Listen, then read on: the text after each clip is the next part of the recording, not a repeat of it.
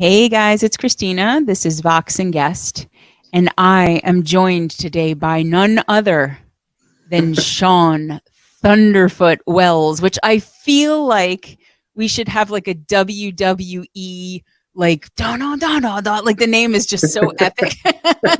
So you'll have to take my crappy WWE humming to go along with it. But in my head, it sounds really anthemic and awesome when I say Shawn, Thunderfoot, wow.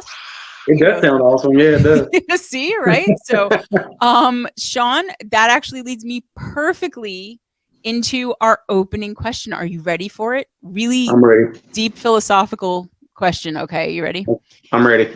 If you had a guy that followed you around all the time with a boombox, and every time you entered a room, he played your theme song, what would your theme song be and why? Probably. I don't know. That's a good question. It's not going to be me going dun dun dun dun dun. It would be. You'll be that. Yes, that right there. That's perfect. It would be that. Yeah. Except instead of a guy with a boombox, I'll just follow you around all the time going, follow me around. Yes. That would be awesome. Yes. That's it right there. All right, we're going to have to work that out. Yes. I love inserting myself into people's answers. Why not? It's perfect. It's perfect. And it would be just as epic in my head as it sounds. So, okay. All right. Thank you. You're very gracious. You don't have anything else that you would prefer vastly to me just screaming your name all the time? No, that works. Okay. All right. Then that's it. I've got an exclusive deal to score Shawn's life forever now. We've got it on video and we're good. So we're good now. Yes, absolutely. Thank you for humoring me on that one, Shawn. So, Shawn, I'm excited for a number of reasons, one of which is that you are the first largely cover artist that I have had on this show. And since I am a cover band girl, I'm excited because we get to talk cover band music, among other things, obviously. But I was just like, oh, and I can ask him this, and I can ask him that. So we have a whole bunch to talk about. But I figure we might as well just start talking about the biggie, right? Because why not? I remember first seeing you on Facebook, and it was one of those things where, you play a reel and you scroll through in your feed and then the sound just comes on automatically and the reel starts playing. And I'm like, I wasn't watching for some reason. I was just listening. I don't know what I was doing. And I'm like, damn, this is a good drum cover. And then I looked over and I was like, okay, this is fucking awesome. Like, what's going on here? And so when you signed up for the show, you made a point to mention that you were born with something called, I'm going to try to say this correctly, arthrogryposis multiplex congenita, right? AMC. Yep. Okay, so as I understand it, AMC, I guess there are a bunch of different disorders associated with it, but the main feature seems to be joint contractures, right? Yes. So, okay, so the idea that, in utero, your joints are either permanently flexed or straight, right? And I guess for you, it's been straightened permanently? Yeah, well, they're kind of just straightened. Yeah, like they don't like, they're very like stiff. Some of them are. Okay. Like I'm not flexible. Like if anybody expects me to do a cartwheel, forget it. Oh, all right. I'll cross that off for later, but that's not going to happen, But I can't do a cartwheel either, Shawn, and I don't have any contractures of any kind. So don't worry about that one. But okay. So not super flexible, obviously, but, and I mean, is it all of your joints? Is it most of your joints? It's in all four of my limbs. It's both of my legs and both of my arms. Yeah. Okay. So talk to me a little bit about, growing up with AMC, anything you want to share about that, because it's so badass to me that you decided out of everything that you could possibly do musically to be a drummer with someone who's got to work around all kinds of inflexibilities and joint contractions and everything else. But so, I mean, I'm not somebody who thinks that anyone's diagnosis, whether it's mental health, physical, whatever defines them. I don't believe in that. I think you define yourself in relationship to who you are, and then on top of that to whatever you're diagnosed with. But I mean, I gotta think that you've had some unique life challenges, because AMC is pretty rare, right? Like it's not. Oh, yeah. It's pretty rare. I can't imagine the world has been super well designed for you, and then that people have been necessarily super aware of what's going on, or like, so talk to me a little bit about that, just your life in AMC and where it sits in there for you. And, you know, you may not even think about it anymore. You may think about it all the time. I don't know, but just let me into what that looks like day to day for you.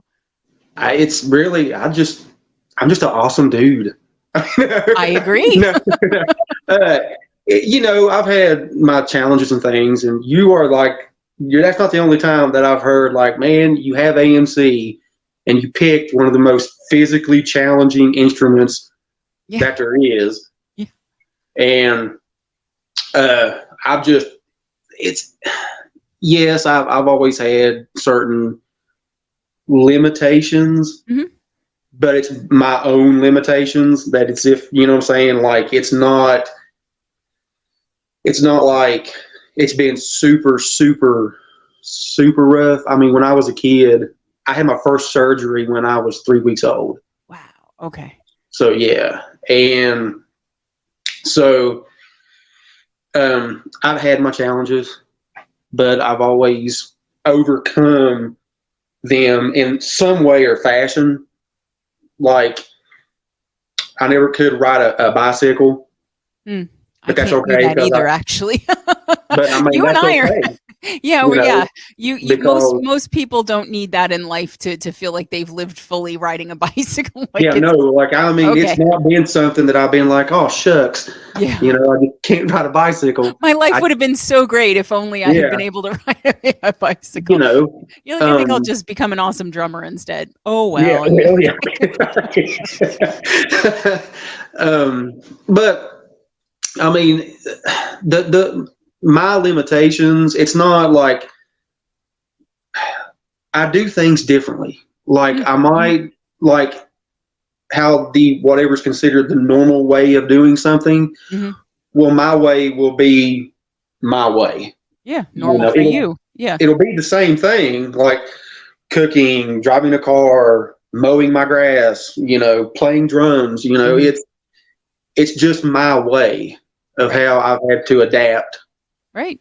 You know, to do things, because I wasn't going, you know, on the drumming side of it, like I wanted to be a drummer and I wasn't going to let AMC stop it. You know, so you've always wanted to be a drummer then? Absolutely. Okay. So when did, because again, you know, it would be stupid to do an interview with you and not discuss AMC, because like, of course it's part of your story, but like, it's a part of your story. It's not your whole story. And I mean, you know, it's like, I was curious whether there was something in particular you wanted to say. And I am going to be interested to hear in a little while, just some details around drumming with AMC, but tell me the more interesting stuff about you, like, when did you get into music? When did you decide and realize that you were going to be a drummer? Like, how did that all come together? Because I love hearing about how people got into music in the first place. I was 3 years old, and my grandmother, may she rest in peace, she got me a little bongo drum. Aw. And I wore that thing out. Your parents must have been like, thanks, Grandma. Oh, yeah. That's when for me, that's when I say my love affair for drums began. And then once I wore that out, I went to pots and pans and the big cake spoons. And then I was 5 years old when I got my first set. Okay. It was a little Premier Rock. Aw. Little white and red little set. Little baby kit. Yeah. Yeah, little baby kit. And I wasn't, as far as like musically, like I was listening to like so many different things, like being a kid. I mean, there's only so much that I could listen to, but I just loved getting behind my drums, and you know, and that's where I figured things out. Yeah. That's where I had to figure out, like, okay, I can't hold my sticks this way, so I'm going to have to hold them this way. Right. Right. Right. Okay, I can't move my ankle this way, so how am I going to work this bass drum? And You so had a then puzzle to solve. Yeah, I just that was figured it it. out. Yeah, You yeah, know, yeah. Yeah. No, I mean, see that's the stuff that I think is interesting because obviously the grip on the drumsticks is going to be different oh yeah. for you. So how did you land on, did you try a bunch of different ways? Was that kind of really the only way that you could securely hold your sticks so that they wouldn't go flying? Like, did you experiment with a bunch of different grips, or how did you figure out on your It, little kit what you ended up doing with your hands and your feet? it literally took, I would say, all of 10 minutes because I tried it one way and then I was like, well, I'm going to try it this way. And then when I tried it this way, like, oh, it worked, Yep, that was it. you know. And Yep. then the same thing with my legs and stuff. I was like, okay, I can't do it this way. So I'm going to try it this way. And then So assume it just went from there. yeah, so I mean, is your kit adapted in any way, altered in any way? Okay, so you just have a straightforward kit. Mm-hmm. And so I've been wanting to know for a while, and I think I have the answer, but I want to know if there was more of a story to it. How you ended up with the nickname Thunderfoot. Again, I think it's kind of obvious, but is there a Yeah. particular story behind it? One of my bandmates actually, we were recording this demo and my bass drums kept sliding. Yeah. And so one of my bandmates and my friends, he went down and was holding my bass drums. Okay. And then when I got done, he was like, man, he goes, you're Thunderfoot. He goes, you were like making my heart skip beats and my head was shaking and stuff, you know. And Because you're just pounding that kick so hard. Yeah, yeah, yeah, yeah. yeah, And so yeah. that's where it came from. Okay, I had the feeling because you definitely I love it, Shawn. I love that you sat down, and kids are amazing too, right? Like, you're like Oh a yeah. kid, you're 5 years old, you want to Yeah. do something, and you're like, okay, well, I can't do it that way, but I'm going to do it. So it's just a matter of figuring out how I'm going to do it. And Mm-hmm. like 10 minutes later, you were like, okay, done. I figured it out. Now I'm a drummer, Mm-hmm. So, I mean, you started drumming at 3 and you just never stopped. Yeah, no. That's been it all the way through. So did you ever pick up any other kinds of instruments? You weren't even interested. It I doesn't sound wasn't. like No, it was I just the wasn't. drums from the beginning. Yeah, and I mean, I've had people ask, like, well, why don't you, play guitar or piano or the bass too? And I'm like, well, if I did, it would obviously that it would be my way. Like I wouldn't Yeah. hold it the same way. I would Yeah. do it differently. But I've never. It's always been about drums for me, and that's it. Mm-hmm. Like, I tell everybody, I play the greatest instrument in the world, and that's it for me. Now, as the wife of the drummer, I fully endorse that sentiment. So I get. So, what do you think it was, even at 3? I mean, I know the bongo, but like, Mm-hmm. I talked to a lot of musicians for the show, and then just in the course of being a musician for decades, I've obviously talked to thousands of musicians, just shooting the shit or whatever. But like, and a lot of people will say that there are usually 3 buckets. It's like, well, my parents got me an X when I was this age, drum kit or guitar or bass or piano or whatever. And I loved it. And that was it forever. There are the people who are like, yeah, I tried this instrument, that instrument, whatever, wasn't into it. And then I found this and I knew that this was the one. And then the other ones are kind of like, well, I wanted to make music and nobody lived around me. So I just kind of had to teach myself everything. But like, so what do you think it was about the drums that just got you like that? Are you generally somebody who's just really into rhythm? Did you like okay. Yeah. I think that was a huge, part of it. And I think when I was a kid and my mom would take me to a store or something and there would be a drum kit like setting up, I would have to go and look at it. You're just drawn to it. Like I would just have to go, and just check it out, and I think that, I'm just in rhythm, like just just Mhm. flows, you know. So, Yeah. No, you I know, mean, some people are, you know, they just the guitar is the thing and they know it and they know it right away and that's it and they don't care about anything else. They might dabble with bass, you know, but they're going to just come back to playing, you know, guitar. And you know, then there are people who are like, oh, I'm a singer, that's what I do. And like drummers, I think musicians who are in the rhythm section are a mhm. very specific breed, you Oh know, yeah, because bass players tend to be very unassuming. They don't particularly care about the limelight. You know, they're just kind of there grooving, very chill generally, at least all the bass players I've ever known. yeah, And drummers can either be like Animal from the Muppets, where it's just, you know, and like oh all yeah, you can do is stare at them, yeah, or they are integral to the sound, but in a very non flashy, very non look at me kind of way. hmm Which kind of drummer do you consider yourself? And is that different depending on whether you're playing covers or whether you're playing originals? Do you feel like you're more of like a, hey, I'm a spotlight drummer kind of guy, or are you more just locked in with the bass and in the service of the song, whether you're covering it with a track or if you're playing with your bandmates? yeah. I'm definitely the second one. Like Okay. I don't. I mean, you might if like with my band and stuff. If we do a show and we're like really getting into a song, Hmm. you might see me like headbang a little Well, bit. yeah.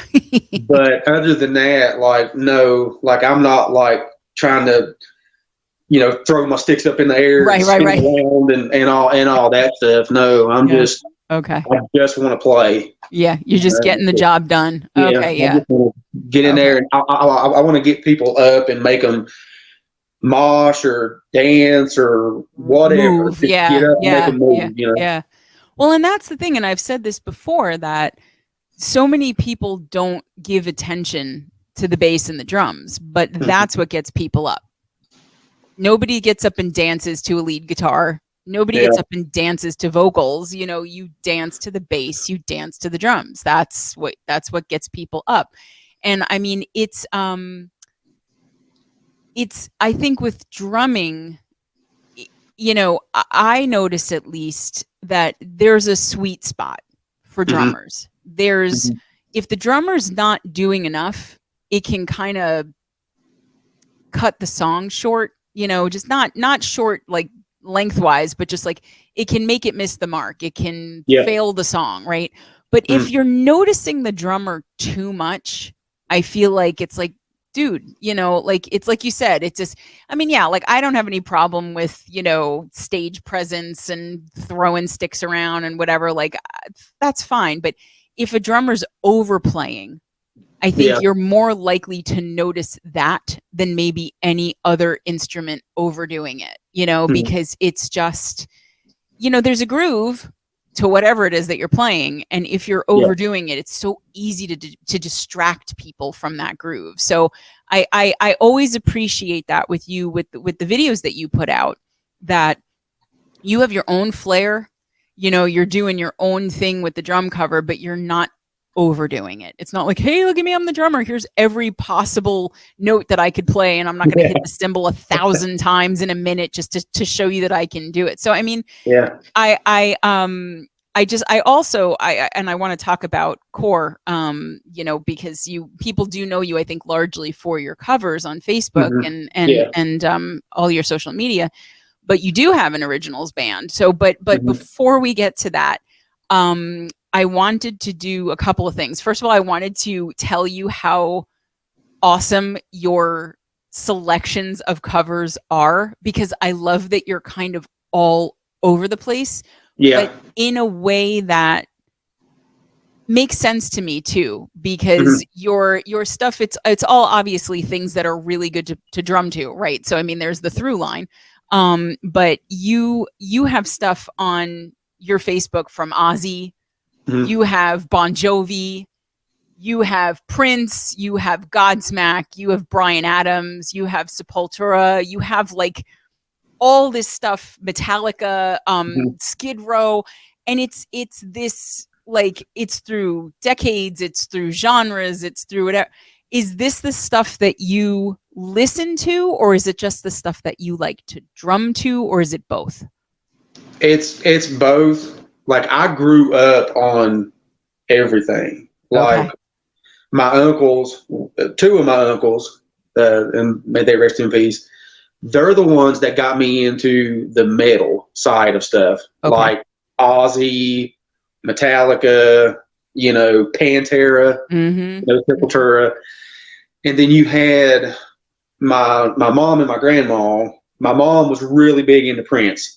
Like Okay, go she mom. yeah, she liked Prince, and then you had my aunt who loved Bon Jovi, Night Ranger, Skid Oh, okay. Row, Kiss. Oh, hair metal, 80s kind Yeah, of. Yeah, yeah, yeah. Okay.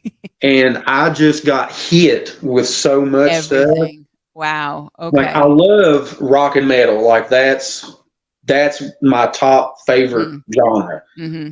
But there's also those other ones that kind of trickle down too, like Prince, like Bryan Adams, Yeah. like Bon Jovi, Cinderella, Skid, stuff like that. Chris Yeah, yeah, yeah, Stapleton, yeah. you Yeah. know, um, So yeah, I mean, is there anything that you didn't grow up listening to? Like it sounds like you had a pretty broad range, but I didn't hear like any country. I didn't hear any like John Denver. I didn't hear yeah. any, There was that. There okay. was that, but I never got into country, and I never got into bluegrass because it didn't have drums in it. So I was like, screw this. I'm not gonna You're listen to like, that. this is useless music. Yeah, I this is throw this useless. whole Like, genre away. I'm not listening to this. But yeah, it's those country and bluegrass. I mean, they were there, Hmm. but I was not there. Yeah, it If you didn't get light what I'm you up. saying. Yep, yep, Yeah, yep. No, that makes sense because I mean, even with how different all of those bands between your uncles and your mom and your aunt, like there is a through line there where it is, there's usually like a pretty heavy kick, and I mean, maybe not necessarily with a Prince song, but yeah, everything else. I mean, you're going to have a very heavy kick kind of in there and driving the thing. It's got those kind of yeah. anthem arena kind of sounds. And I mean, and Prince, I can understand a drummer loving simply because he was just so damn funky, and Oh like yeah, his rhythms were so yeah, good. And whether it yeah. was I had him or the fun. time, yeah, I mean, you Yeah, just, I think I don't know a musician that doesn't, even if they don't like Prince, I don't know a musician who doesn't appreciate Prince because he absolutely. could do everything Yeah, and do it really well. So, but crazy okay, respect for Prince. Yeah, I got I know I'm still sad unbelievable about respect. Prince. I really Yeah, am. That was one of the ones that I was like, damn it. Like yeah, oh, what, yeah. Yeah, we lost a lot of people. Well, I mean, what in the couple years we lost Prince and Bowie and we had a bunch of really heartbreaking, like there was like a year where we lost just like half of the people that I grew up listening to, like George Michael, and I was like, oh. Yeah. So yeah, I'm always down for Prince myself. So okay, I want to shift a little bit and I want to put All some attention on core. Okay. You have right. this originals band. From what I could gather, you guys have been together for years, Mm-hmm. and been Yeah. working on an album. It seems like there's been some stops and starts and things like that. But why don't you tell me about the originals band? Because I don't know too much about it. I've seen, clips or at least a clip here and there. But I'm really curious because I don't know all that much. So talk to me about core, who's in it, how did it form? How long has it been around? Just tell me the life story of your originals band. All right.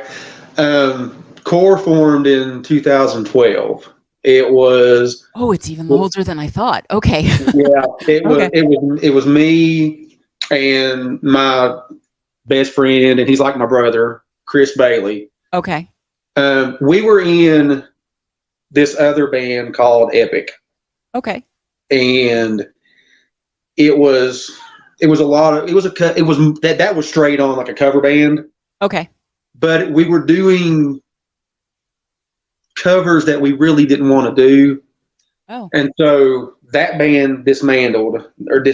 I'm sorry, I didn't mean to say dismantled. It No, it, that's okay. it broke up. But were you doing, not to interrupt you, but were you doing covers you didn't want to do because some of the members of the band wanted to do them, or was Yeah, it that's what you thought the audience Oh, so it was more like you and Chris were not vibing with what everybody else wanted to be covering? Yeah, Oh, it that's was. hard. Yeah, Okay. yeah. Okay. And so we left that band, Hmm. and then me and him just decided, like, hey, let's get together, me and you. Let's, if we want to do covers, let's do the covers that we want to do, Right. but let's also try to be original. Let's like write songs. Yeah. And so that formed in 2012, and the bass player, which is his name's JB, Jerry Hatfield. That's me and him was in bands together when we were like 15. Okay. So he came on board, and now we have a lead guitar player. His name's Tristan Russell. Yeah, he's awesome. He's like my little brother. Yeah. Fantastic guitar player. Dude just shreds. Yeah. Yeah, man, Yeah. he is. Yeah. He's unbelievable. Yeah. You guys together are something. Just the two of you alone. I can't even imagine with everybody. I can't wait for everybody to Yeah. hear us Yeah. all Yeah. together. But we've done a lot of like these really rough demos because I never could capture my drums right, like onto a record. Yeah. It's hard We to don't do have a that. lot of money, Yep. so it's really difficult to like go to a studio and pay Oh a my bunch of God, money. it costs so much, and Yeah, you have to be in there so many hours, and that's yeah. something. Yeah, no, I mean that I can completely relate to that. So I mean, so are you just miking your kit to try and get things recorded? Is that what you've been doing? That's what. Yeah, we only had because we didn't when we tried to do it, we didn't have the technology to where like each individual drum was its own separate channel. Yeah, It was like yeah, all one big channel, and like each of my yeah. cymbals were on different channels and stuff. So it was really hard to balance because if you turn something up, then the whole Whole thing come thing, up. right? And You then know? balancing it with itself, and then balancing it with everybody else becomes a nightmare Yeah, because it's drums. I mean, there's a reason they put drummers behind gobos, right? Like, yeah, it's like because it'll bleed yeah, into everything and it'll just turn into mush. So yeah. yeah, I don't blame you for not wanting to do that as the sound on the album because it's not going to showcase you in the right way. So okay, so that's been an obstacle Now it's clearly. fixed. Okay. Yeah. Oh, that's the obstacle. Yeah, now that obstacle is fixed now. Like because Oh, we can literally do everything ourselves. Like we don't have to go to another studio or anything like that now. okay. Okay. I can record now and capture them properly. Hmm. And we started that right before COVID. If COVID hadn't hit, then we would have already, Right.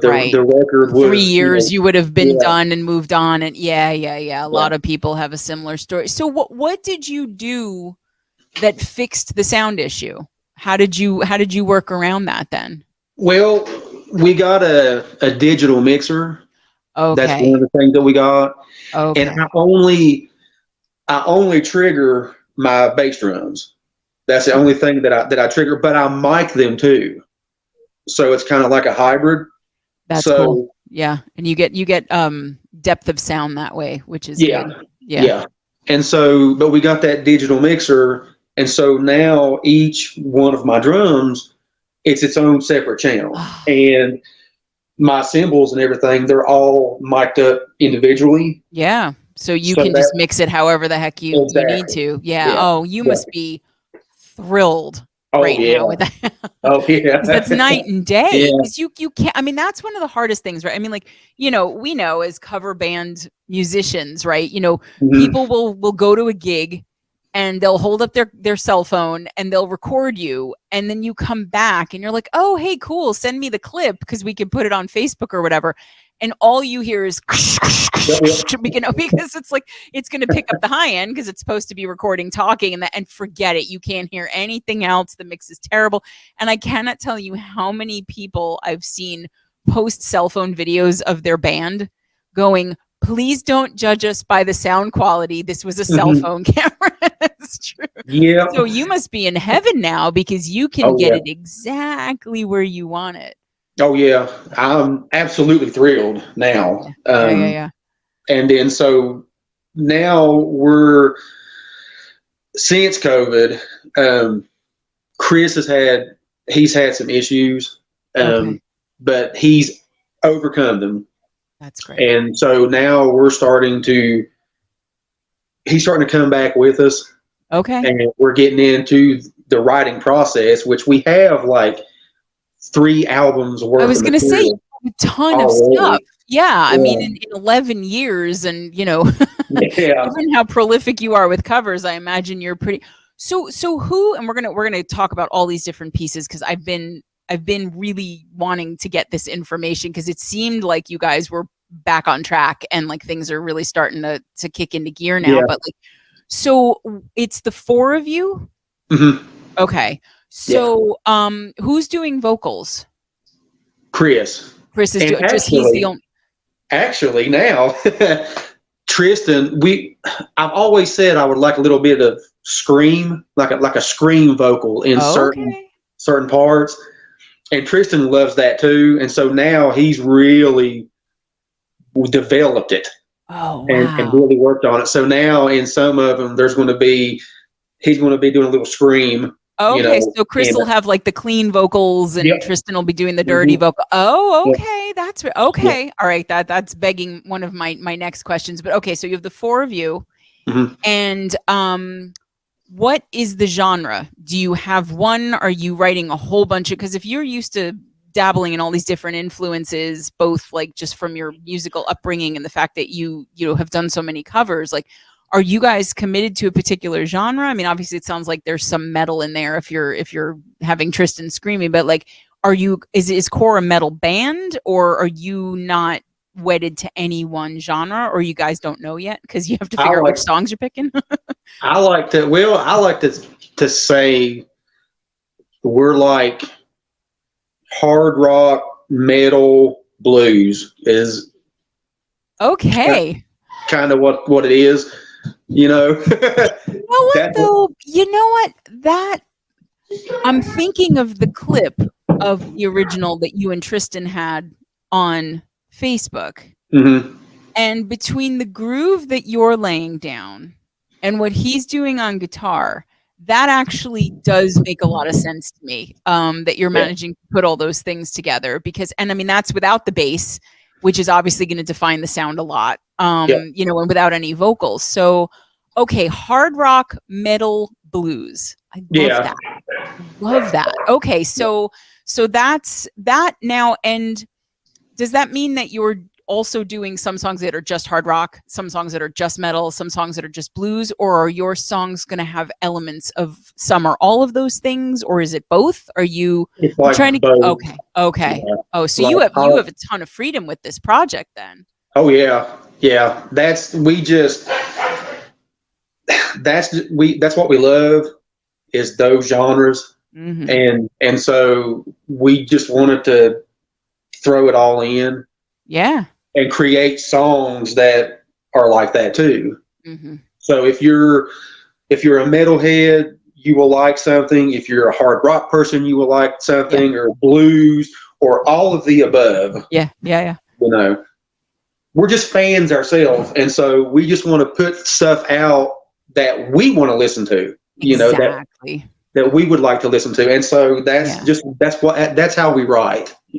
Well, that makes sense to me also, in how you and Chris started Core to begin with, right? Because you Yeah, left yeah, Epic because you weren't playing what you wanted to play. And I mean, look, again, as cover musicians, you do have to be a little bit of a pardon the phrase, but a little bit of a musical prostitute sometimes because the audience is going to want to hear what they want to hear. And you yeah, may not want to play friggin' Wagon Wheel again, but they may really want to hear it, or, Freebird, or, Brandy, or whatever. And you do have to cater to the audience. But yeah, if you're only playing stuff that they want to hear that you're not interested in, being a cover band can get old real fast. yeah. And so I think the fact that you guys said, okay, we're going to leave, we're going to do the covers we want to do and we do them, but we're going to do the originals that we want, because it sounds like you are making the music that you want to hear that doesn't necessarily exist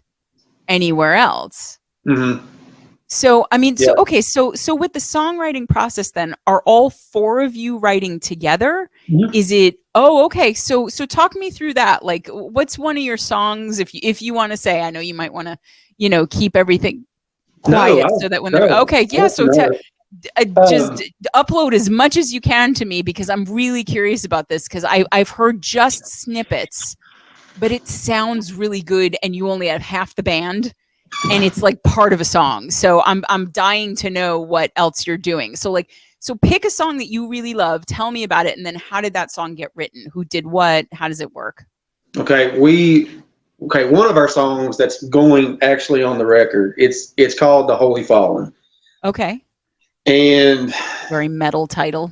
with, it's not what you think though. Now it's not like you know I don't know evil what or I think. anything, Okay. Okay. but a lot of times it starts like with a groove that I've just come up with. Mm-hmm. And so, like with that song in particular, I was just playing this groove, Mm. and Chris was like, "Man, play that again." Mm-hmm. And so I played it again, and then here he had guitar over top of it, and then Tristan went and added Mm. another element of guitar to it, and then JB with the bass, Yeah. and then once we got that kind of like the main groove and like the main riff, Yeah. then that's when we start building other things on top of it. Like Okay. for me, like a feel, or for them, whatever these crazy guitar players do, Right. Just, Solos and yeah, licks and like all riffs and that. yeah. So okay, And yeah. then after the music is done, we will sit down, and Chris usually is the big lyric guy. Like he will just pop off lyrics like that. Oh wow, okay. And he had this one line, and then he had two, and then he had three, and then we were sitting there reading it, and then we played, and then he sang those three bars, and it was just we was blown away. Wow, So like, okay. okay, man, what else do Keep you doing have? that. Do more of that. Yeah, Yeah. keep doing that. And we have another song called "The Bridal Chamber" that actually started from a bass riff, like a Oh, okay. like a bass groove that JB was doing, and it gets built and built and built, and that's Mm, kind of how we do it. We just build mm. up. We'll get the music, and then Chris is just. We will sometimes throw in a word or something like a or a the or something. Uh, there's a sound. But I mean, Yeah. He's the one. he just pops them off really quick, and Oh. to me, I say my drums are my lyrics. Like I that's love that. I love that's how you're speaking in the song. yeah, Absolutely. that's No, how I'm I'm thinking. and I mean it sounds like then you guys are kind of you start writing kind of as a jam band setup Hmm. and Oh yeah. then you find something and you land on it and then you Hmm. take it and you sit with it and you craft it. Yeah. So that's cool because it means that whoever just comes up with something that really works and like you said you started laying down a groove and Chris was like wait do that again. Hmm. It reminds me a little bit of I don't know if you watched the documentary about the Beatles that came out. It was like I think it was called Get Back. I think It came so. out last Yeah. year. Yeah. And so they have Paul just sitting around in the rehearsal space and he's just messing around on the guitar and you see him just kind of come up with Get Back, Let It Be. He's just like Yeah. he's just putting and it's the same kind of thing where he'll be playing something on the guitar. Ringo will go sit at the kit and start grooving behind it. And then George pulls up with the bass and then John sort of wanders in and Yeah. and starts doing it. And I loved watching that because in some ways that's like the purest form of writing something, right? Because you Hmm. really are all genuinely collaborating and writing it together. It's not, Yeah. Chris going, okay, well, I have these lyrics and this riff on the guitar, and I want you to play this, Shawn, and I want you to play this, JB, and you guys are coming up with it as you go. So, I mean, Yeah. how quickly do you find you're able to write something that you guys go, okay, this is it. This is our song. This is going to go on the album. Like, does it depend on the song, or some of them really quick, some of them are slow, some of them or are you generally just kind of, banging these out really quickly? Sometimes some of them can go like, we have a song called Coup de Grace. Okay. And that one went pretty quick. I mean, Okay. I got doing this tom groove, and then Chris was like, "Do it again." And then Kristen's like, "Yeah, come on, do it again." And then we got like the core. No pun intended. Use the word. Use the word. I feel like this should be get your water, everybody. It's a drinking game. Every time we use the word core, whether it's to talk about the band or it's an accident like that, you gotta drink some water. So okay, so the core. Yeah, we like to the core parts of the song, like what the main groove is going to be, the main riff is going to be. Mm-hmm. And it just went super fast. I mean, Tristan even nailed down a solo for it, like really quickly. Right away. Okay. Yeah, that one went pretty quick, but there's a lot of them that we will try not to throw all of our eggs in one basket. Oh, because we could literally sit and work on something and come up with so many different ideas and be 2 months on one song, So we try to reel ourselves in a lot of times and be like, okay, this sounded really good. Let's let that be it. Oh, that's interesting. So you will, rather than choosing to devote all of your energy to just one thing, you'll start it, you'll scaffold the main structure, and then you'll put it to the side a little bit and start coming up with something else, so that, and I guess the idea there is that you're not getting stagnant with any one thing and doing like, okay, now we've spent 3 months on this song, and now we're going to do another song, and that's going to be another 2 months, and you're writing multiple things at a time. Yeah, because we do. Yeah. I'm sorry. Go ahead. No. I want to hear what you have to say, because that's really cool to me that you would stop yourselves. Like, I understand if you've kind of set it out and then you guys are going, okay, well, I don't know exactly where this is going to go, so we'll hang on to this and let's see what else we can come up with. But you're consciously saying, okay, this is in a really good place. We could keep going and finishing it, but let's not. Let's do something else instead. So how did that, I mean, is that something you all just kind of agreed on, or was it just sort of like a tacit? Okay. Yeah. We normally record all of our rehearsals. Sure.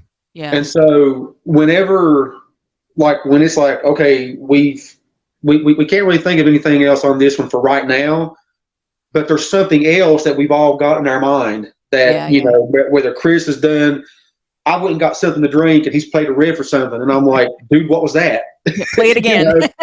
Play it again. Like, what was that? Yeah. And we will set, like, if this particular song, whatever it may be, like the Holy Fallen or Coup de Grace or Bridal Chamber or the Powers That Be or any of the million that we have, we will set it over here and then go and just do what he did. Like, keep playing, like, do that again, and then we might do that for the rest of the rehearsal.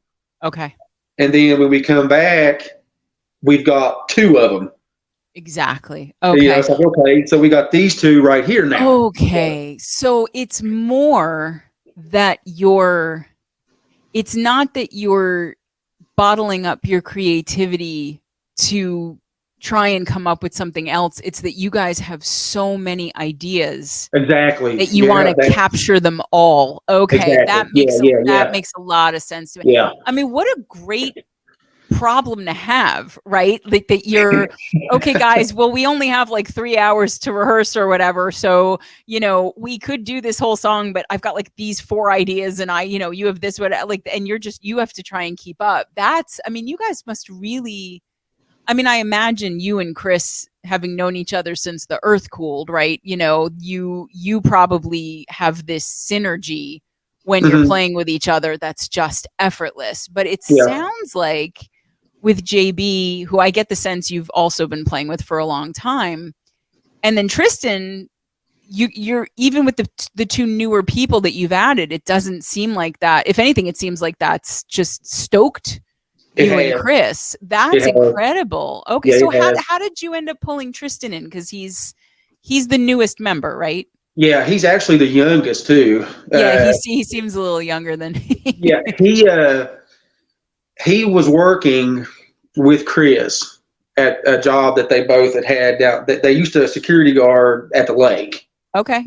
Out the marina, they would. You don't want anybody stealing that lake, so it's very important. or if like somebody want to come in and night fish, well, they would give them the slips or whatever. Yeah. Chris's ex-girlfriend now just kind of left him at that time, and at the time we were JB was having a hard time coming up because JB lives about 35 minutes from us. Oh, okay. That's just enough to be far. Yeah. Okay. Yeah. Me, Chris, and Tristan, though, we live pretty close together. Okay. But we had a Halloween show that we were scheduled to do. And so Chris, he had talked to Tristan a couple times, and Tristan was interested into coming over. And so he come over. He was going to play bass for us. Oh, because JB wasn't around. Okay. Yeah. And so, but he brought his guitar, and I was like, man, we don't need two guitar players. I mean, it's going to be okay. Like, blah, blah, blah. Right. And so he brought his guitar, and he didn't even pick the bass up. We played, what did we play? It was AC/DC. I think it was Back in Black. Okay. We played that. Yeah. One. And I looked over at him, and he was just like locked in right with me. You got to know what you're doing on that song. Yeah. He was locked right in. Okay. And so we stop. The song, the song's done. I get up. I go in the kitchen, grab me something to drink. I come back out, and I'm like, you can't play bass. Sorry, dude. You just screwed yourself. You're a guitar player. Yeah, I was like, you just can't play bass now, man. And so we did that show without bass. Okay. Wow. And people loved it. They loved it. But we did that show without bass. And that was, I want to say, 8 years ago. And he's been with us ever since. Oh, okay. So he's not new. He's just the newest out of, the 12, 11 years you've been together already. So, okay. Yeah. Geez, he must have been a baby when you must have taken him out of daycare or whatever. I was worried because of the age at the time. But with what, Chris was just like really going through a tough time with his relationship, busting up. And so I didn't want to be that guy, to be like, dude, he's too young, man. I mean, but I'm glad I didn't. No, he proved himself. That's for sure. He's an amazing friend. He's an amazing guitar player, and now he's an amazing screamer. So I know he's just the gift that keeps on giving. Yeah. So so you you then how often do you rehearse? Is it once a week? Is it a couple times a month? Is it me? Well, for me, no, the whole band together, because I know you're playing all the time. But yeah, it's about right now. It's once a week. We're trying to. Chris is trying to get integrated really back in, and so it's about once a week now. Okay, so I mean, you must be writing like crazy then. If you're meeting every week. So how many, because I mean, I imagine being a band in existence for 10, 11 years with all the songs that you must have put together, are you finding that so the album is it going to be like 10 songs, 12 songs? Do you know for sure? I think we're going to do, it's 8 maybe. 8. Okay. Is what we're going to do. Yeah. Okay. So of those 8, do you find that you're mostly writing new things? Are you pulling from any of the stuff that you and Chris wrote way back in the day? Is there stuff from like when Tristan first joined, like, or is the stuff that's going on the album mostly new? Is it older? Is it a mix? The only older one that's going on there would be the Holy Fallen. That one, Okay. that's the only one. And Tristan, he helped write that one too. But Okay. that one is the only older one that's going on there. Okay. Everything else is going to be completely new because, we all went through something with COVID, like, Sure. personally, and it was just a weird time. And so it changed us. And so we was just like, we want to scrap the older stuff. We can use it if we want to. But you have new stuff to say. Yeah.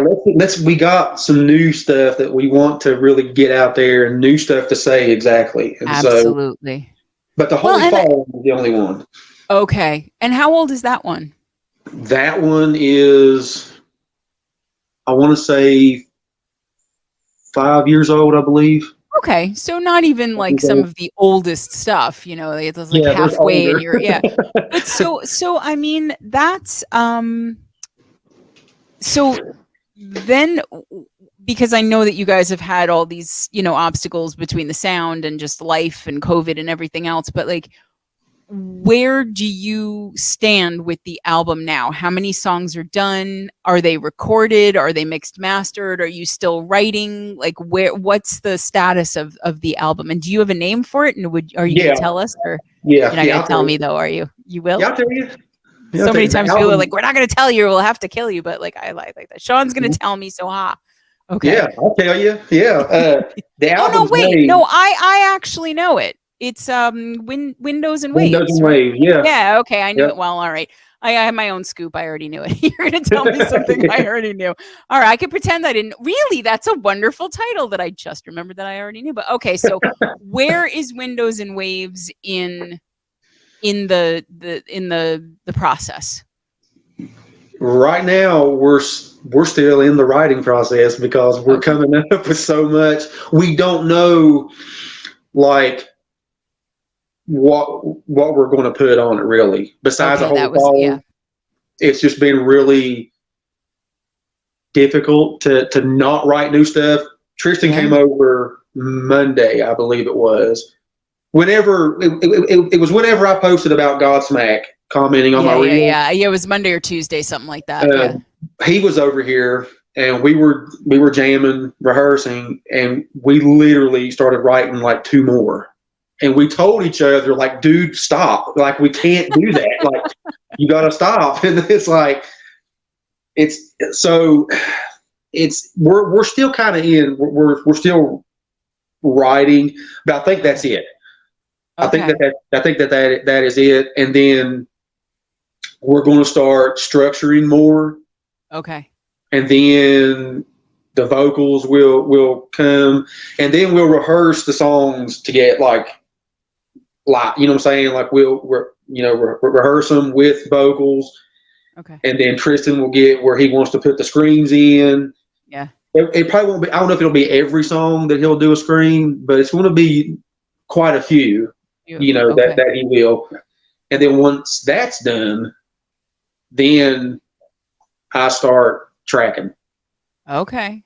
So I'm curious, since you have so many ideas, what led to the choice to limit the album to 8 songs when you could do 10, or you could do 12, or you could do 15 or 20 even if you wanted to? I mean, like, was it more about, because it seems like you guys have an interesting pattern of channeling your creativity and sort of controlling it, like, okay, we're gonna. So is it a decision that's meant to make you pick the best that you think that you have? Is it about wanting to save stuff for the next album, which could come out like 2 weeks later with how quickly you guys are doing it?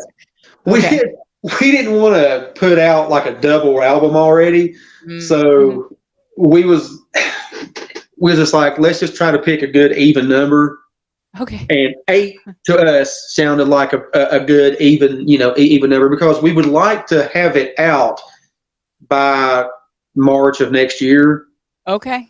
like fully out. Like Right. we're already talking about, we're going to just literally just sell it on our Facebook page, and Yeah.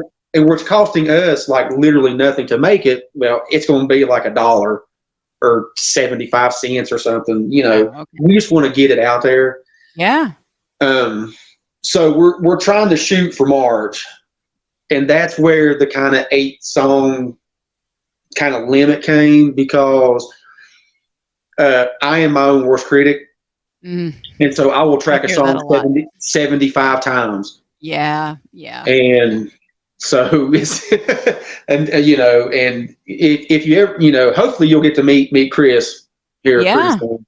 Yeah. And No, when you guys come out with the album, you'll have to come back on with the whole band. Yeah. oh, absolutely, yeah. But when you meet him, you will see like he's very timid, Okay. and for him to say, Shawn, dude, it was okay the first time. We didn't need this 85th time. Like you got it. I see. So as That's when you quickly know. as you create songs and write them, you are very meticulous Oh about yeah. recording them. So that's Hmm. where the holdup is. Cause I'm thinking like, Yeah. March for you guys, I mean, that's like 8, 9 months away with how Hmm. quickly you're writing and how often you get to rehearse and the fact that you've got your sound working now, that seems more than doable. But yeah, that'll be the thing that holds it up, right? As if you're Yeah. just so I mean, is there a point at which Chris or JB or Tristan has to be like, Shawn, step away from the kit. Yeah. You're not allowed to. Okay. So Yeah. do you then ever feel like, yes, this is done. I've got the drums exactly where I want them. Or are you always being pulled away when you would do another take or 2 or 5 or 10? Like, are you satisfied? Not that you're going to put out something you don't like, but are you the guy that listens back to the track and go, I wish I had hit this instead of that? Or I Yeah. wish I, Yeah, okay. I'm like that. And the other guys are too with their stuff Uh-oh. too. But yeah, I'm We'll have like to have an that. Like, intervention for each other. Okay. like it would sound, great, but I'm like, man, I wish I would have done this type of accent, or I wish I would have Yeah. done this feel, or and I'm awful. I'm not gonna lie. You may be awful in that regard, but you're not alone, because I a lot of the musicians who come on this show have a similar thing of like, I just at a certain point I have to walk away Yeah. because it will never be done otherwise. And I mean, I don't think art is ever finished.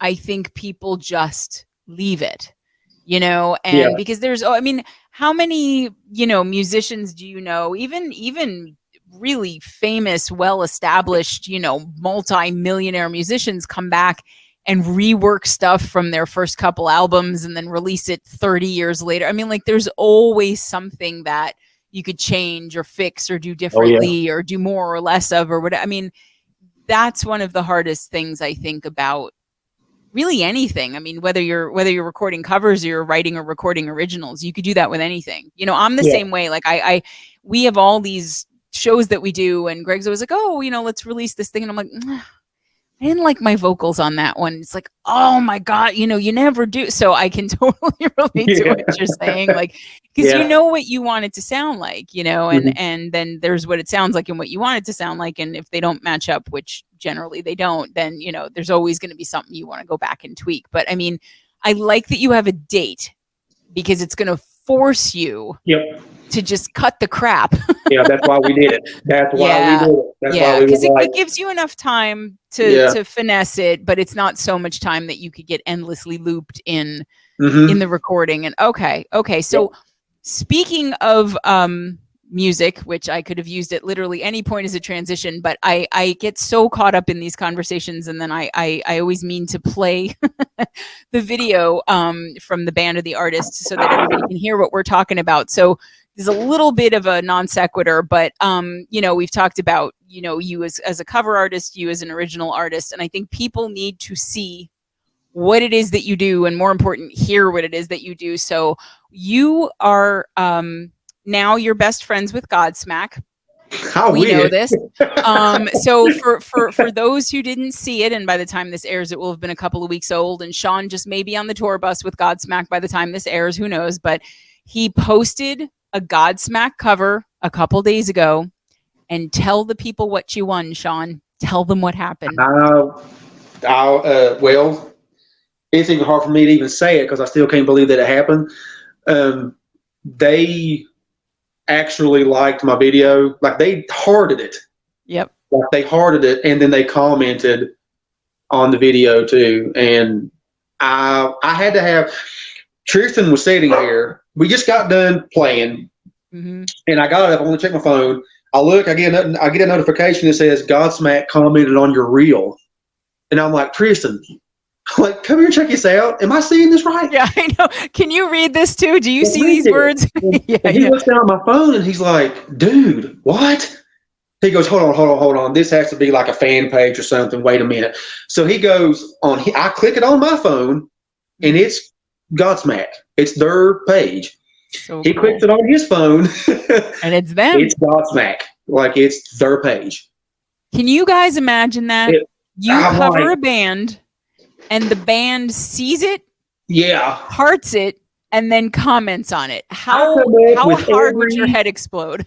I come up with every, like, I looked at him for we talked about an hour. I was like, they had to like it, right? Like, are you sure? Like, they had to like this, right?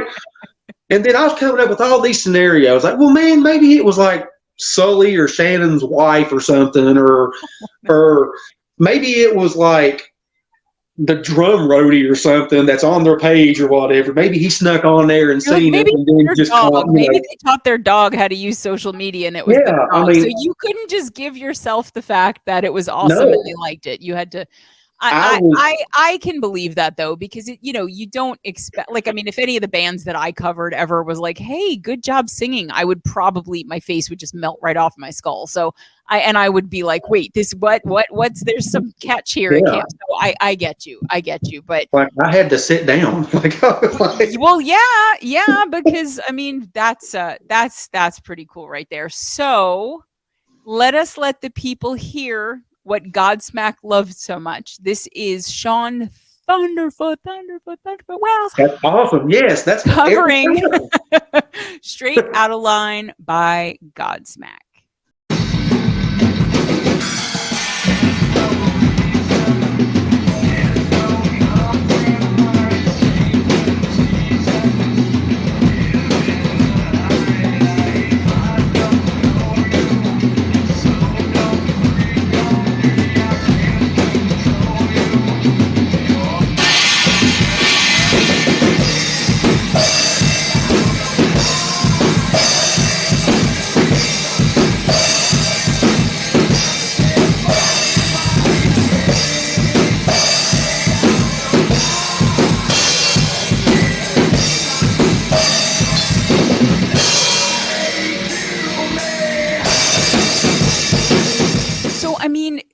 When you pick that one, I mean, I'm obviously, you don't play stuff you don't like, but why that particular Godsmack song? What about that, just really lit you up? And because you do a cool thing with your reels where you'll say, I'm going to be releasing, a reel by this band or this band, later today, tomorrow, in a couple days, whatever. And so then people know that they're going to go on your page and tune in or whatever. Like, what is this your favorite Godsmack song? Is this just one that you especially like to play? Like, what made you pick this one?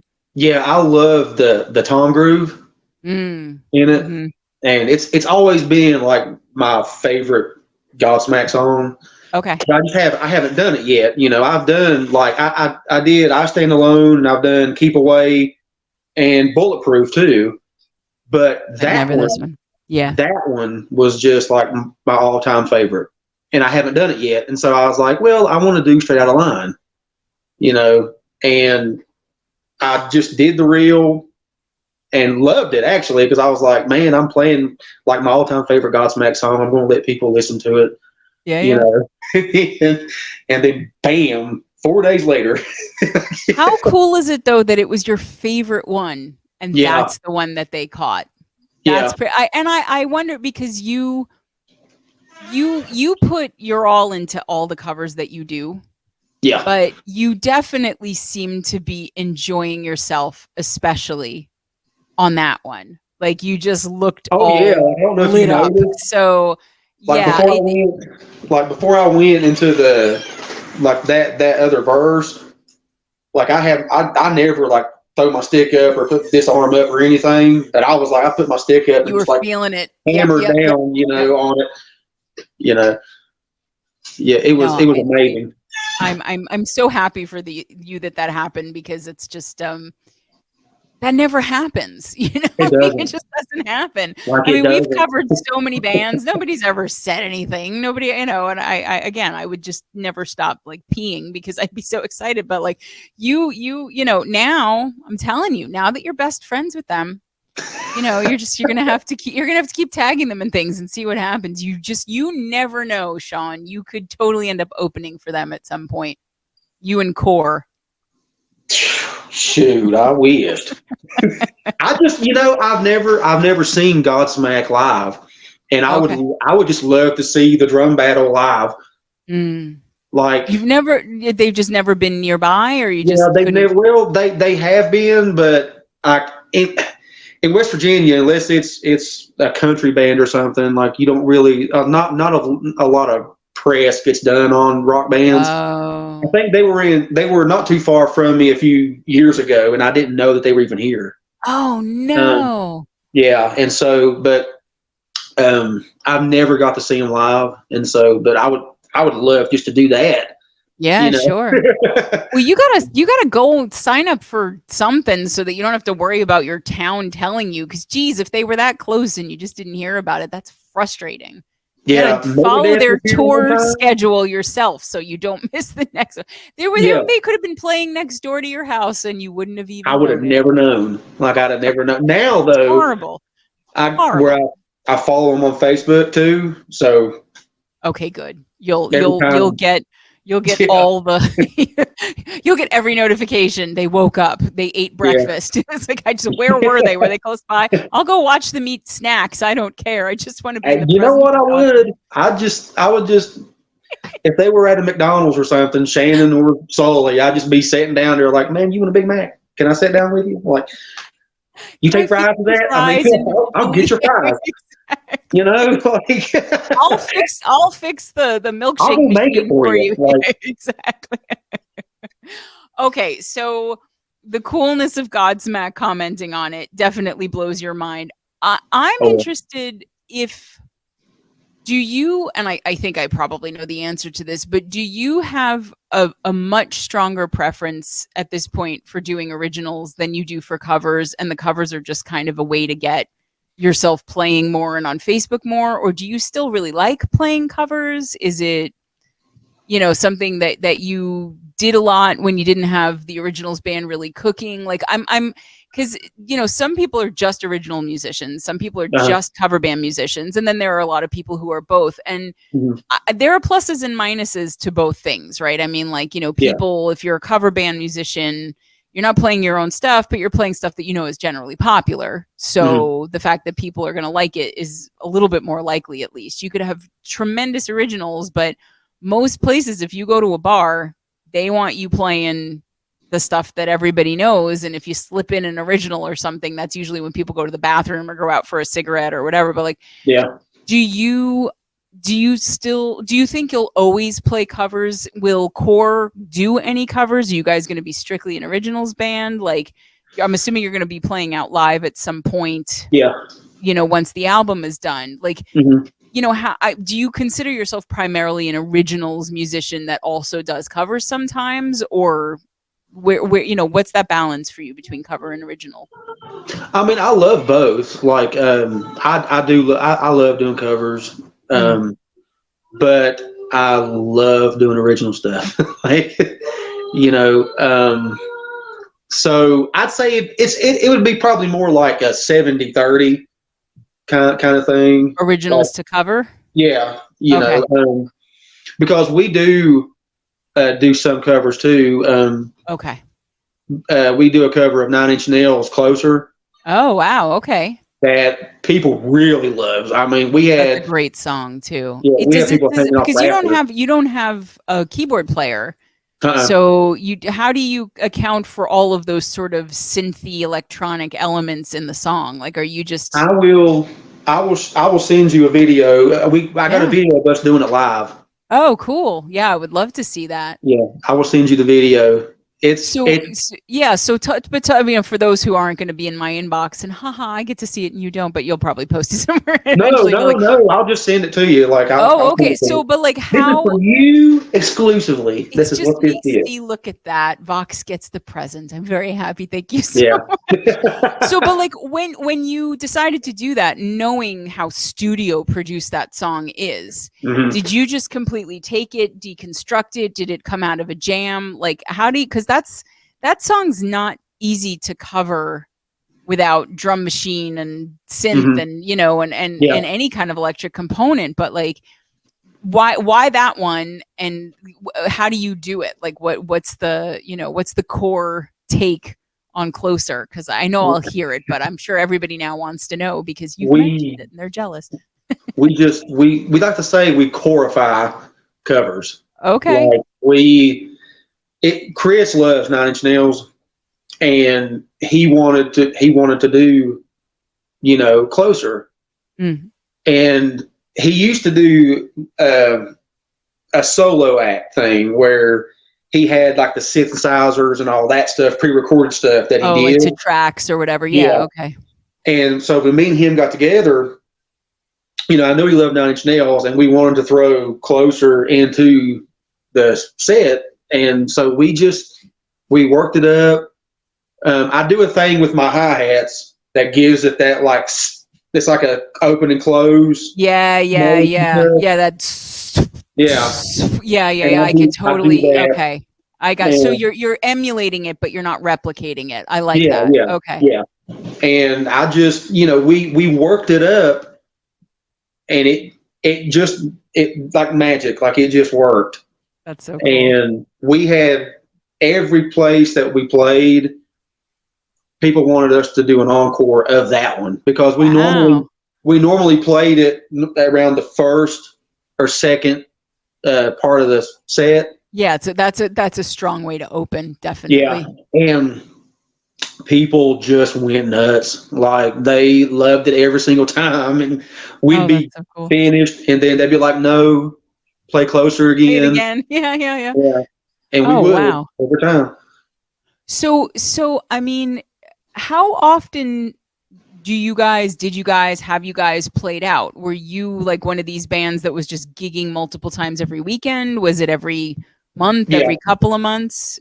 It was, we were playing before it got like bad around here. We were playing usually probably about 3 or 4 times a month. Okay.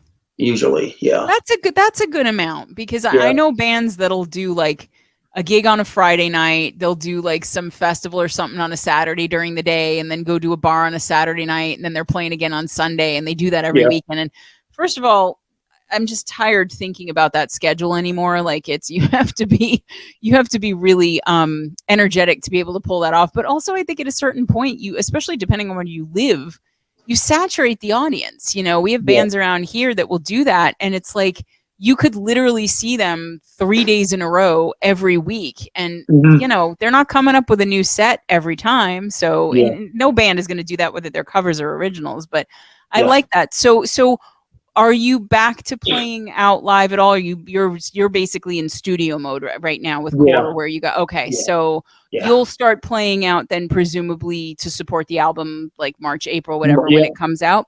Okay. Are you excited to get back out playing live? Are you nervous? Are you I think we're all really itching to get back to playing live and playing in front of people. Yeah. Because a lot of times, like, we get lost on stage, and we don't remember that there's people actually watching. You know, we get so caught up into the music and things. It's not until we're finished, and then you see people crowd surfing or hanging off the top of rafters, looking down at us, about to fall over on us. I mean, You're like, it's oh yeah, like, people. Apparently, you're performing for like Cirque du Soleil or something if they're yeah. up there on the ceiling. But no, We had to I stop know. a show one Yeah, time.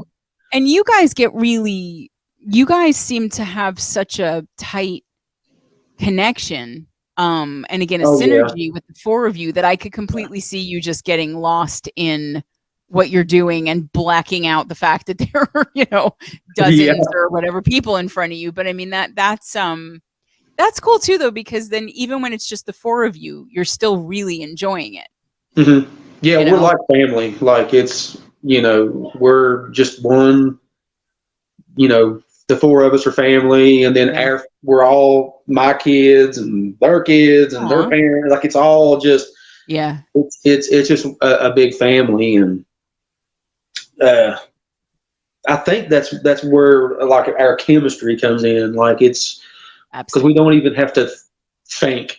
We just know, like, when I'm going to do something different, it's like the guys know, like You without just, me yeah, you're having keyed to say. into each other. That's Yeah. amazing. I mean, it's funny. It reminds me of the interview I did with Jamsteak, and again, Mhm. it's three guys who have been playing together for a really long time. Yeah. And there's, I think, something about that kind of musically you grow up together, Yeah. and Mhm. there's a connection there and a attunement there to each other that you can't force.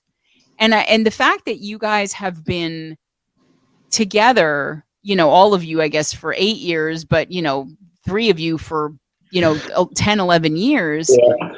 like, and you seem to be more creative and more energized and more excited and productive and prolific now than you even were before. Like Mhm. that at a point where a lot of bands would kind of be falling apart.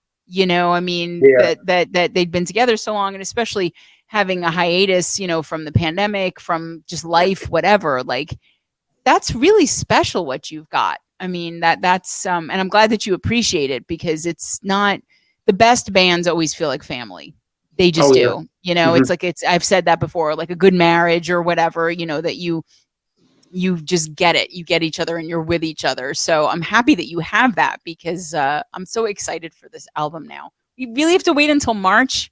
Yeah. Damn it, Unfortunately. Shawn. Damn it. Yeah. You gotta just do one take on everything. I'm sure it'll be fine. And just get it out by the end of the month, and then you can do another album and take as long as you want on that. But just, for me, just, one take, everything one take live. Don't even play separately. Just play it all together, and it'll all work out. That's fine. No, I I want you tell to you hear it. what, if whenever the first complete song is done, Okay.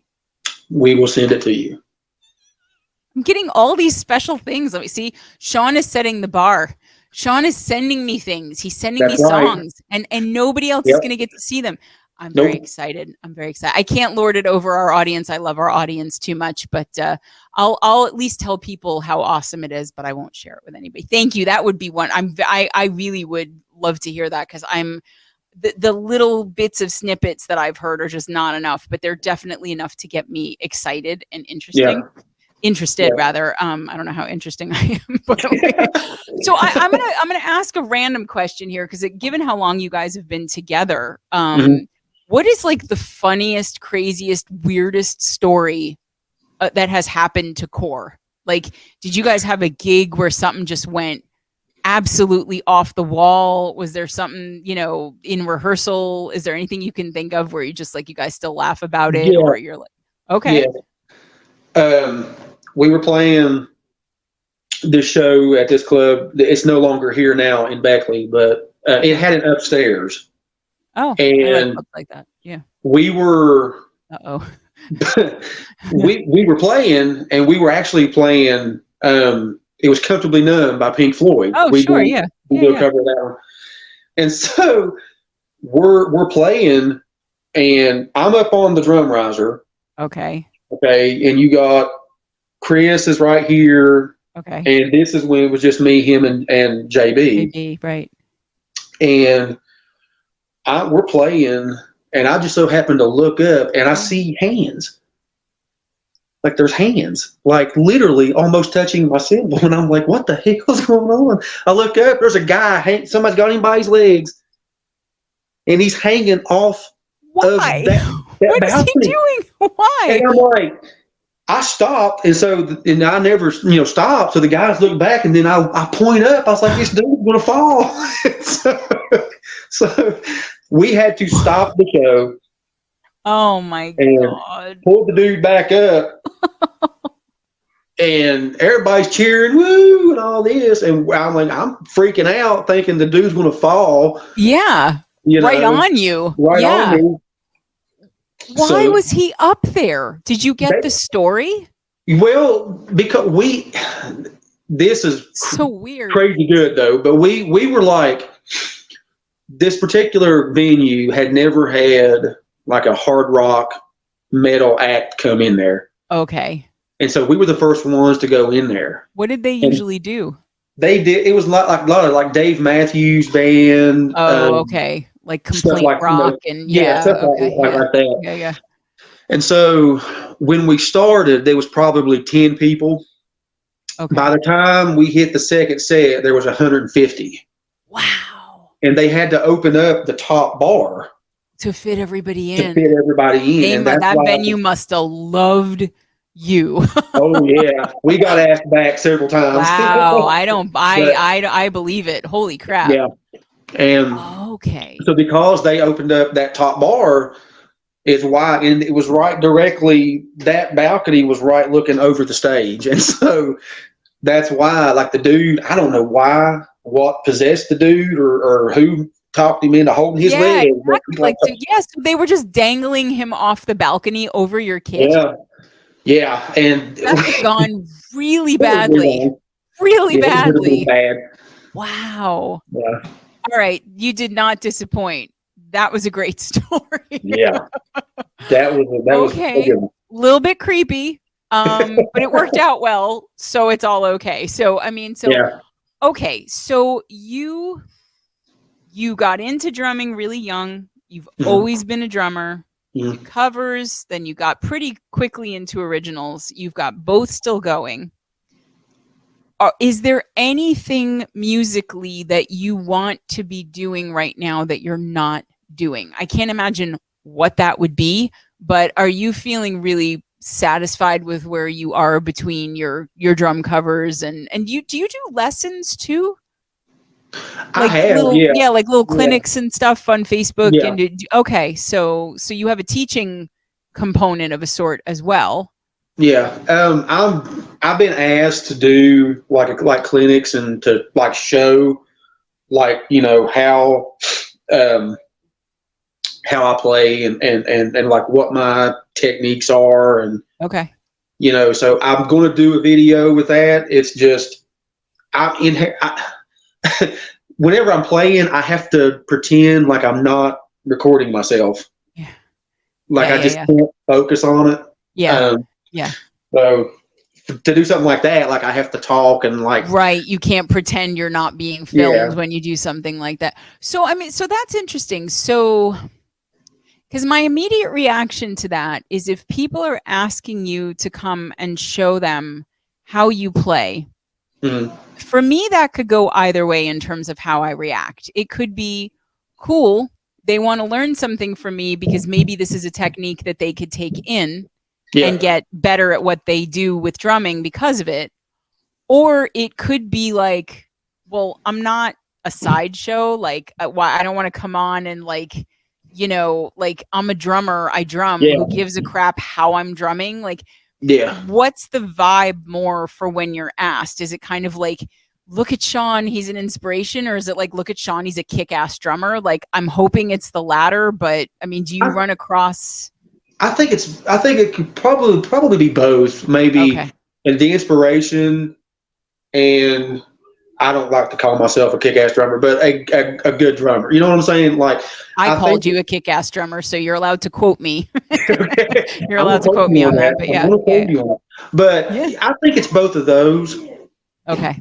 I used to have a really hard time with inspiration, like because I thought Yeah. it takes away from my drumming, Exactly. That and was where, on your behalf, my hackles went up a little bit when you said that, because it's like, I see people who watch like Paralympics and the Paralympic athletes or whatever, and yeah, I know there isn't there like some big Paralympic athlete who has AMC. I forget his name, but I feel like I've I seen. think so. Yeah, I think I've heard of him. Yeah, And like for me, when I watch anything like that, it's just, wow, these are great athletes. It's not like, oh, look what they can do. I yeah, hate that shit. I hate it. yeah, And you must, because rather than this being like your lifetime movie, of like, oh, the trauma and this whatever I've overcome, like, you're very matter of fact. You're like, yeah, yeah, okay, I was born with this. This is your whole life. This is all you've ever known. You are clearly not going to let anything get in the way of you living your life and being who you are and doing what you want to do. yeah, So please don't, let's focus on that, yeah, because it's such a small part of who you are. yeah. But I get very protective of my musician friends. And so like one of the things with doing this interview was, I was like, all right, well, I'm just curious about like things like I asked you about, like, your grip, your kit, things like that, and actually I didn't ask you, but do you have a double kick? Mm-hmm. Okay. I thought so. Oh, So, yeah, but like it only, you and AMC only interest me in as much as, oh, like, what could I learn from that? Like, is he, because, you get, for somebody who's, saying you're not flexible, you can get around that kit like nobody's business. Like, none of that is an obstacle or an impediment in any yeah. way. Like, you're clearly not even thinking about it, because why No, would you? Like, why would you? For I don't know how old you are, and I'm not asking, but like for decades you've been playing. This is how you play. Who yeah, cares how you play? It's yeah, like, so. But I mean, I growing up in the era of Def Leppard, and everyone Mhm. was like, Rick Allen, whatever, oh, wow, he's the drummer and he one arm. And I was like, oh, so like, Yeah. you're listening to the, do I get you? asked that a lot of times. Like, I bet your favorite drummer is Rick Allen, and I'm like, no, he's Why? not. See, I that's mean, the stuff. I Yes. respect him, but Yes. no, he's not. He's not my No. favorite drummer. But that pisses me off. So Okay. Because that's all that othering bullshit that mhm. I can't stand. Like, I Yeah, mean, if I tell people I have ADHD, if I tell people, someone in my family's autistic or bipolar or whatever, like, I don't want them being like, oh, you've, look at you and all you've overcome. Like, no, yeah, just that's not, it's not yeah, me. It's not the point. And I hate when people do stuff like that. It's like, well, and I mean, I'm Italian, so you seem like a very nice guy. But if I were in your shoes and somebody was like, oh, I bet I know who your favorite drummer is, I would literally at some point probably be like, why? Why would you think he'd be my favorite drummer? I'm I've curious. done that before. Yeah, like And good for you. So what yeah, do people, are they like, because he has curly hair? Like, I mean, do they own up to it and like realize like how yeah, shitty what they're saying really is? Or yeah, like, yeah. do they dodge? Like, what happens when you do that? It's when it happens. Like and I say, well, no, he is not. Why would you think he would be my favorite drummer? I don't. I mean, I have a lot of respect for him, yes, but I was like, no, he is not my favorite drummer. Why would you think that he's my favorite drummer? Yeah. A lot of times they get silent. Good. you Good. know, a lot of Good. times they get silent, and then sometimes they will say, well, he only has one arm, and Oh, I'm really? like, well, I and never I'm like, noticed. Yeah. but I didn't notice that. Really, he only has one arm. I mean, No kidding. Yeah.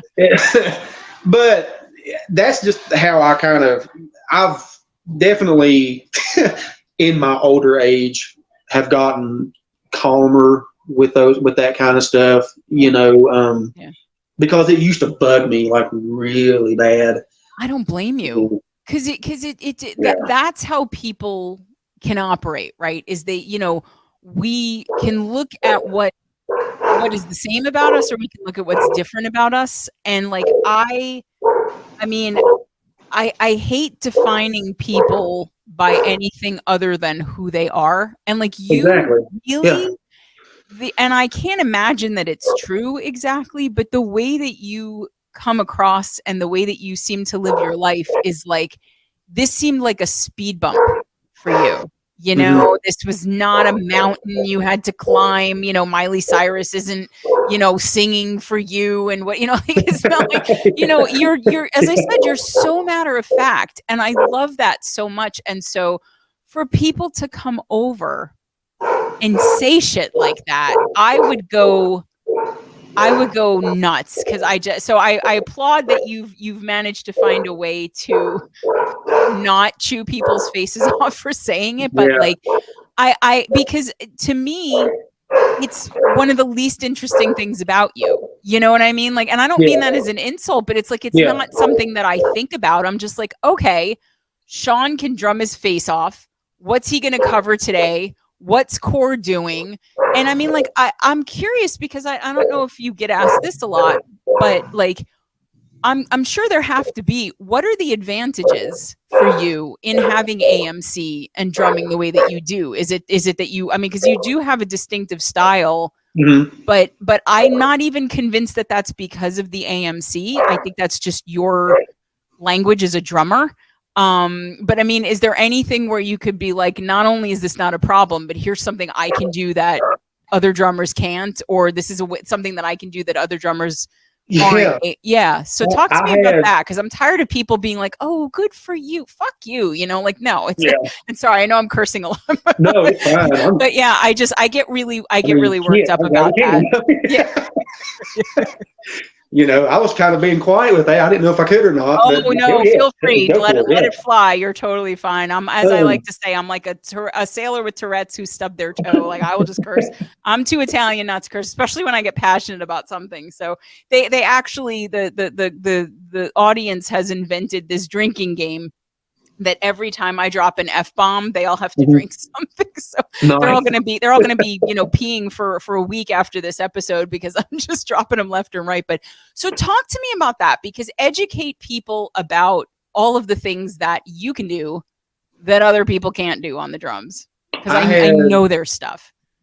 I had a guy, he had seen a video, one of my videos, and he was a drummer too, and he was like, man, the way that you're doing your sticks, the way that you hold them, it's like, he's like, man, I bet you can do like really crazy things with one stick. And I'm like, yeah, I can. Okay. Like there's certain things that I can do with just one stick because of how I hold them. So like what? So get granular with me. Tell me about that. Well, I can do like 16th notes with one stick. Oh, man. Because of how I hold it. So tell me what, because I know how you hold it, but what makes that easier than if you were doing like a more traditional grip to get those? Because 16 notes with one hand is not. Like I have my thumb right here, and so I move my thumb with my wrist, and that gets. And when I want to do something like pretty like faster with the hi hats or something, well, I can. You're right there.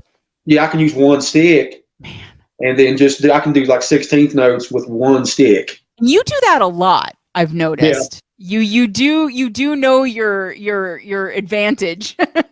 And you're using it. So that, I mean, that really frees you up though. So like, what about what about the other hand? What are you usually doing there?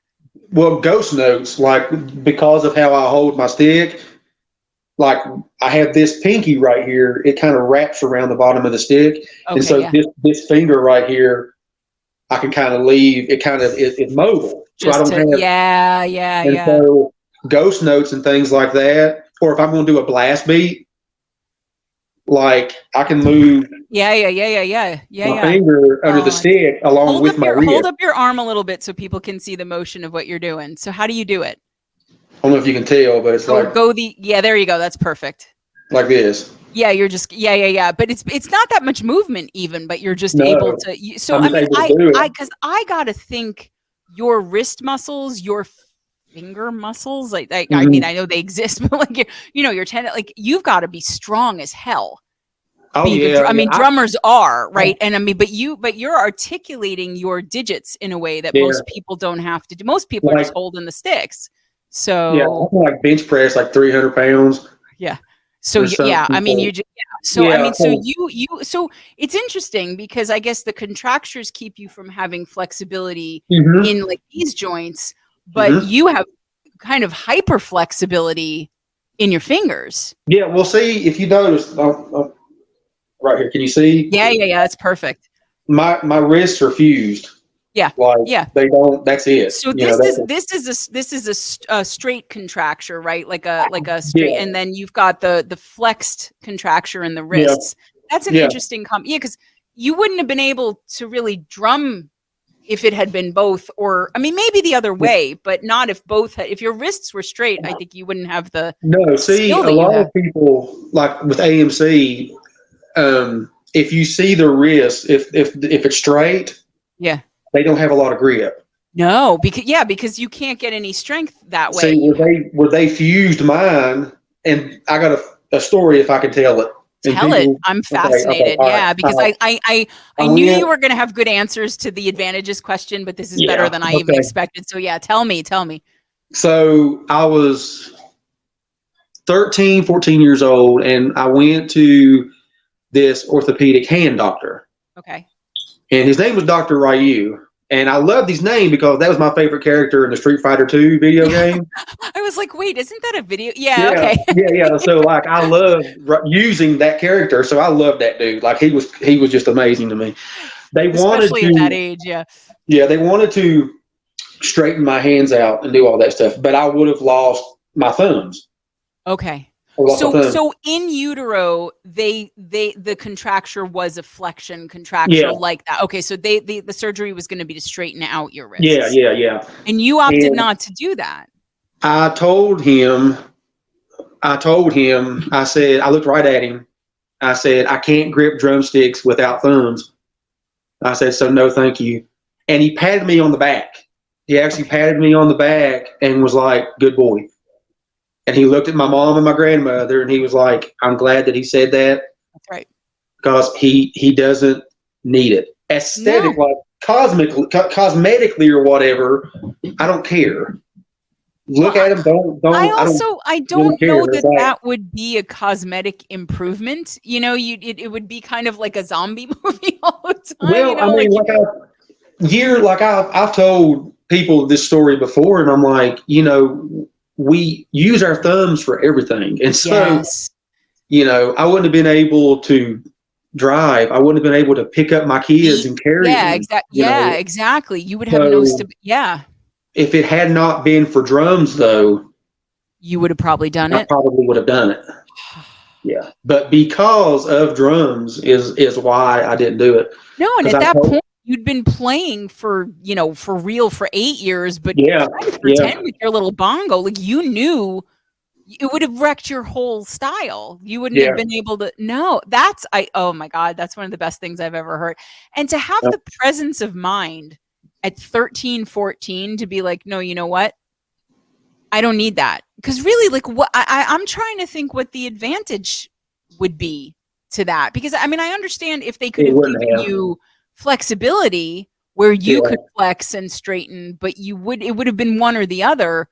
I yeah. feel like I don't feel like that would have helped anything. Like, It would not have at so all. why do they even? I wonder why do they even offer I that? think I think they just wanted to throw it out there Okay.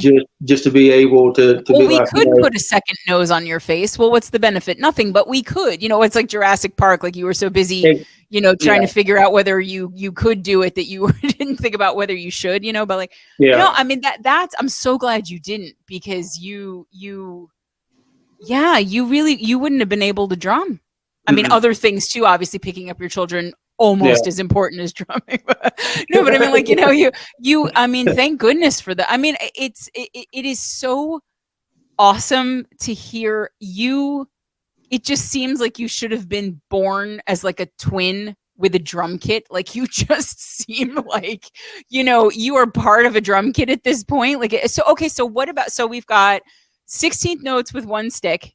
We've got ghost notes and blast beats with the other. What about your feet? What can you do that just makes other drummers weep because of the way, and how do you, so I've never seen, your feet. Are they kind of like your wrists?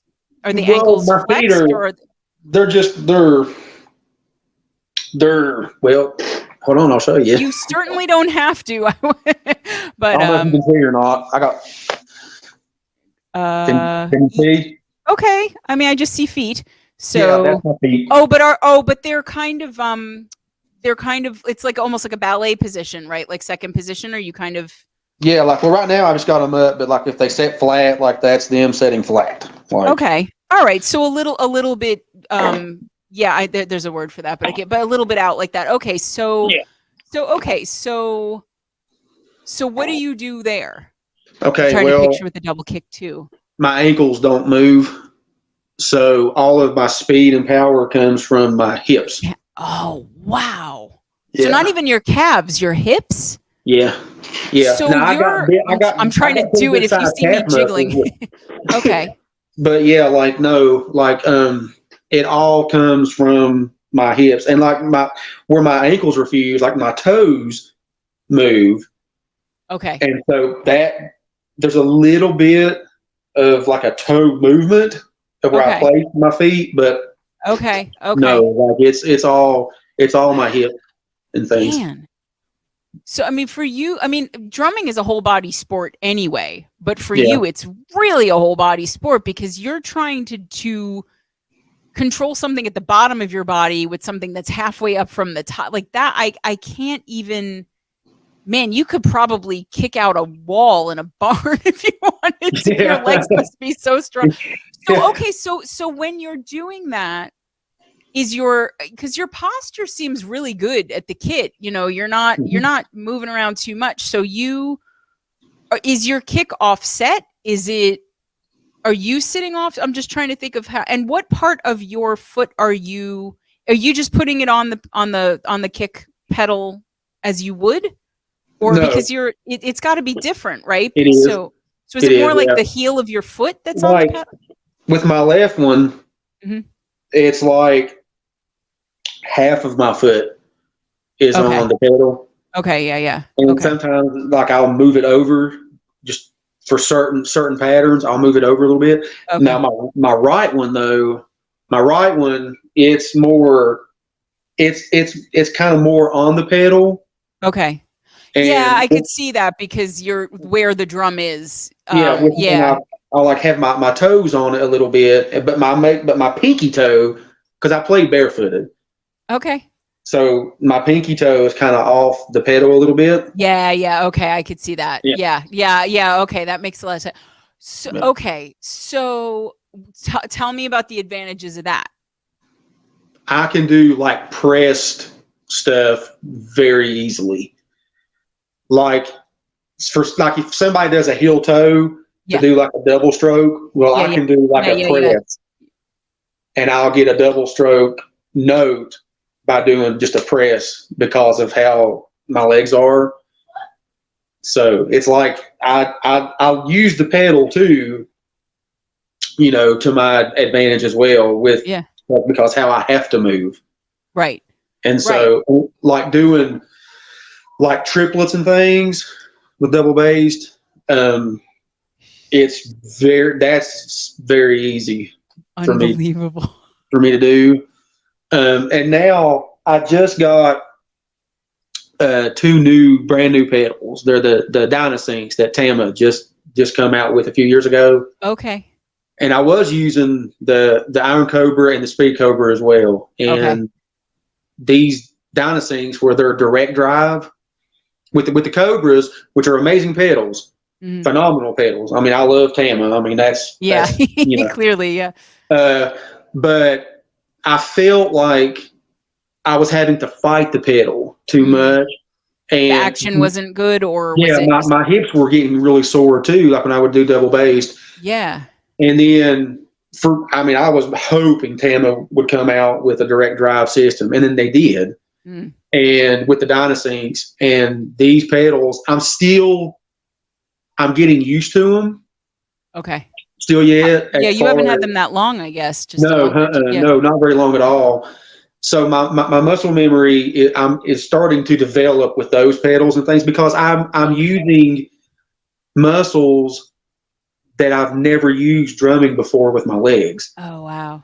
It's a completely different motion that I even do whenever I'm doing double bass. And so you're relearning it. Yeah. Yeah, pretty much. Yeah. But I'm happy to say that I'm almost where I want to be. Okay. Because I don't try to play everybody else's double bass. Like I play my double bass, like what I want to do, whether it be what you want it to sound like. Yeah. A run or a groove, or whatever the case may be. So I'm almost there, and I tell people, like, whenever I can play one again, the sextuplet part in one. Yeah. Then I'm there. And you've got it. That's okay. So that's your litmus test for when you're really comfortable and you're really like, okay. Yeah. Okay. Because right now, these pedals have made me want to come out of my comfort zone. They've made me want to challenge and push myself, even though I'm not an extreme metal drummer. No. But it's made me want to push myself to, like, I played the double bass part in Angel of Death the other day, like a double bass feel. Okay. I'm not going to pretend to be real familiar with that. So, but okay. But I've never done that before, ever. Oh, okay. And so, and with these pedals now, like my hips don't hurt. I can do a double stroke with my right leg, because that's always been my weaker side. And so I can do a double stroke with my right leg now. Man, Tama is just building a better Shawn. Look at this. We're gonna have to like, and we're gonna have to start calling you Lightning and Thunderfoot. I don't know, like something is gonna. I'm telling you, man, you should do a reel where you talk about the pedal and get a sponsorship deal with Tama. Seriously. I'm waiting. Tag the hell out of him. Seriously. Because but I mean, like, that's an amazing story, that it is making you an even better drummer and challenging you to do things that you haven't done in decades of drumming, simply because you're realizing that now you're going to be able to do it in a way that won't hurt. And that you can match up your advantages to this system that's just so much better designed for you. I think they would love that. Tama, if you're listening, if you're watching, call Shawn, Thunderfoot, Wells. See, I'm earning my not money, but like, okay, so wow. Okay. Are you gonna do a video at some point where you go through? Okay, yeah, good. Because I want to see it in action. I mean, I'm almost tempted to be like, go over to your kit and show me, but we'll get that done another time. But so, okay. So this is why I asked, okay, because I didn't want people sitting there thinking like, oh, Shawn's managed to make it work. No, like, Shawn is redesigning the drum game, people. Okay. And not in like I can't do it this way, so I'll kind of make this work. It's like, no. Shawn is like two drummers in one drummer's body now, and now he's got a pedal that gives him more superpowers. So. Like I could just talk your ear off about that pedal. I mean, it's my little brother. He was with me when because I had never put my foot on a direct drive pedal before, because Tama didn't have one out. So I was like, I'm not, And so when they finally came out with it, I went to a Guitar Center. I put my foot on one and just started playing. And my little brother was like, wow, you're so fast. And I'm like, that's just how fast I've always been. I just don't have anything. The pedal couldn't keep up with you. Yeah. I don't have to think about it anymore. Yeah. Like, that's one of the things with these pedals is, before, whenever I had an idea in my head, I would have to think about it How to before I get the did it. pedal to do what you. Exactly, yeah. Yeah. And so Okay. now I don't even have to think Oh, about it. wow. What up here in my head just comes out. And you don't have to translate it into getting it. Yeah. And See, that's the beauty of accommodation, even when it wasn't meant to be an accommodation, right? Like, yeah, because you can tackle pretty much anything, but if the technology of something isn't keeping up with you and what you can do, that's going to limit you more than anything else, right? So yeah, now you're unleashed because you've got a pedal that can do what it needs to do so that you can do what you're able to do. I love hmm that so much. yeah. So I'm Blast telling beats you, now are like I don't do an extreme lot of blast beats, you but might now. when I do, well, yeah, like when I Yeah. do though, or when I did with when I had my Cobras, it was hard, Yeah. and I mean, I'm just trying to picture my doing that legs with were your wore down. hips. Yeah. But now, I was talking about Tristan being over here Monday, and me and him, we come up with another song. In that song, I do a blast beat because I wanted to try to do Yeah. something Yeah. Yeah. Yeah. different. Yeah. You Yeah. know, so I was like, well, I want to try to do a blast beat right here, man, and see what that sounds like. And I was just sitting there doing it, and he stopped and like looked at his watch, and I was just still going, and my legs were fine. Man. Like I could just do it all day now, and Yeah. it's nothing. No, I mean, it's like you've been carrying around cars for years and now somebody hands you like a kitten to walk around with and you're Yeah, like, yeah, I yeah, can do, yeah. give me more of them. I'm like that's oh, I love that. I love that. I love, and I can't wait to see what you're going to do with it because now Well, it sounds like it's giving you ideas oh yeah. for Well, it's kinds of giving me this drumming that, idea. I'm yeah. sorry, I didn't interrupt you. Go ahead. No, Sorry. no, Yeah. do it. We're both excited. Say it. Say it. I'm. I used to do where I play with my hands. Yeah. Like I throw my sticks and then I just play with my hands and stuff. Oh, okay. I quit doing that for a while, but with these Dynasinks, I'm going to do a video of me doing a solo, With and just I'm your going to hands. use my hands. I'm just going to use my hands, and Because so you that way can. you can, because my bass drums are not mic'd up right now, Okay. so whenever I'm using my sticks and things, they're really hard to hear. But Right. when I'm not using Because it's sticks, all the high end the part of the high kit end, that yeah, yeah. yeah. So when I'm not using sticks, Yeah, it's a totally different sound. Yeah, you and can then you hear can my really bass hear the drums kick. really well, and Oh so man. yeah, so I'm Oh going to do that. man. I'm so excited right now. Like, you gotta make the video today. I'm seriously like, no, because it's true. Like in the videos, sometimes like I can hear, your kick, but it's definitely high end that's winning the Oh battle yeah, sonically yeah, on Facebook at least. So yeah. I'm for to be able between how you've got, your monitor where everything's mic'd individually now when you're recording and the fact that you'll be able to do it for Facebook too. Like we're about to see Shawn 2.0, I think, on the drums. Like it sounds like there's a whole other era that this pedal has ushered in for you. Like I cannot wait. I really cannot wait to hear it. Like that's like because it just, I mean, you didn't even think about how hard what you were doing was because it didn't stop you from doing it. But now you're not wasting all that mental bandwidth Yeah, adjusting around the pedal that yeah. wasn't doing what you needed it to do. And so hmm like how much you're going to be able to come up with now that your brain isn't being occupied with busy work that was the pedal's fault. I mean, like that's, oh Yeah, man. it's already happened. Like Tristan, he got mad at me the other day because he's just like, dude, what are you doing? Like He's like, focus, focus. man. He's like, what are you doing, man? He's like, you're going nuts now. You're like, I'm free now. I have a pedal that does its job, and now you're getting to see what I can actually do. And I'm going to It keep really doing it. does. And like I said, I love the Iron Cobra and I love the Speed Cobra.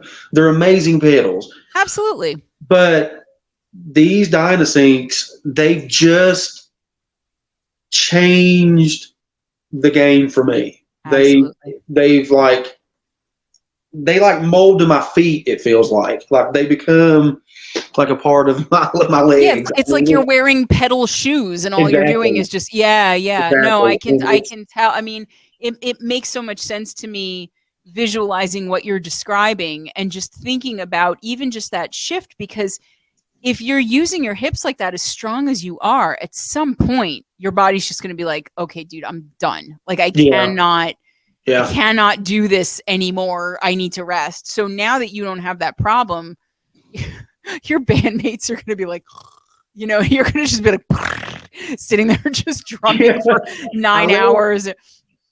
I let Chris and Tristan, I did a video of me just using the pedals Okay. because I'm not like, I haven't done the big thing yet because I'm still, I really want to make sure that, everything is solid and it's Right. not choppy or anything. But I did a short video and I sent it to them. Mm. And this is before Tristan had come over and heard in person what I was doing. Right. And they flipped out. They was like, "Oh my gosh, dude.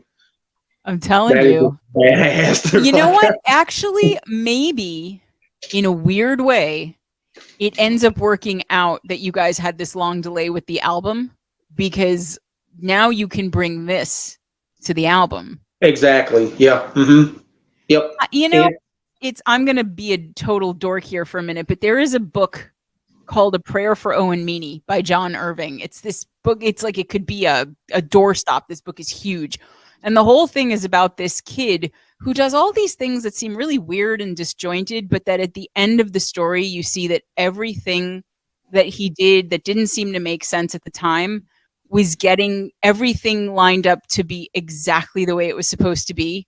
Yeah. And as I'm talking to you, I keep thinking of Owen Meany in my head, like grandma at 3 giving you a bongo, which, like, by the way, cool grandma on 2 grounds, not caring about what mom think, giving a kid a drum.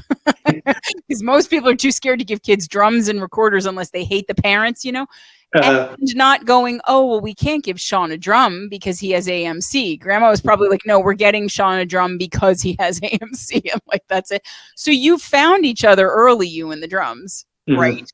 And then, at 13, you've been drumming for, your whole life at this point. And the doctor says to you, hey, you want to do this surgery? And you're like, nope. And now you had waited for your brand, your favorite brand, to come out with the pedal that you needed. And they did it. And the album. Yep. I mean, I'm not sitting here trying to pretty up your situation in any way, because I don't think I need to. But like, I love seeing all of these elements line up, because it seems like you are in a perfect position to come out with Windows and Waves and just show everybody exactly what you can do. Like, yeah. I mean, like, how fucking cool is that? You know what I'm like? That's right. So, I mean, okay, Shawn, I could literally talk to you for like 5 more hours, but I have the feeling that we'd probably get thirsty and someone would have to go pee at some point. So I'm going to very quickly just, sum up. Everybody, you've seen the video, you've seen Shawn's covers on Facebook all the time, but you might not have known that Core exists, that his originals band exists, that the album is coming out. We're going to say in March. Okay, we're gonna go ahead and say that, because I have the feeling if you've said it, you're gonna make sure that you do it, because you seem like you set your mind to something and that's it. Yep. So and again, now he's best friends with Godsmack, so that's gonna go places. But make sure that you're paying attention, because now that you've seen this interview and we know that Shawn has been unfettered now by pedals that couldn't keep up with him, and he's got the pedal of his dreams. Oh my goodness! So.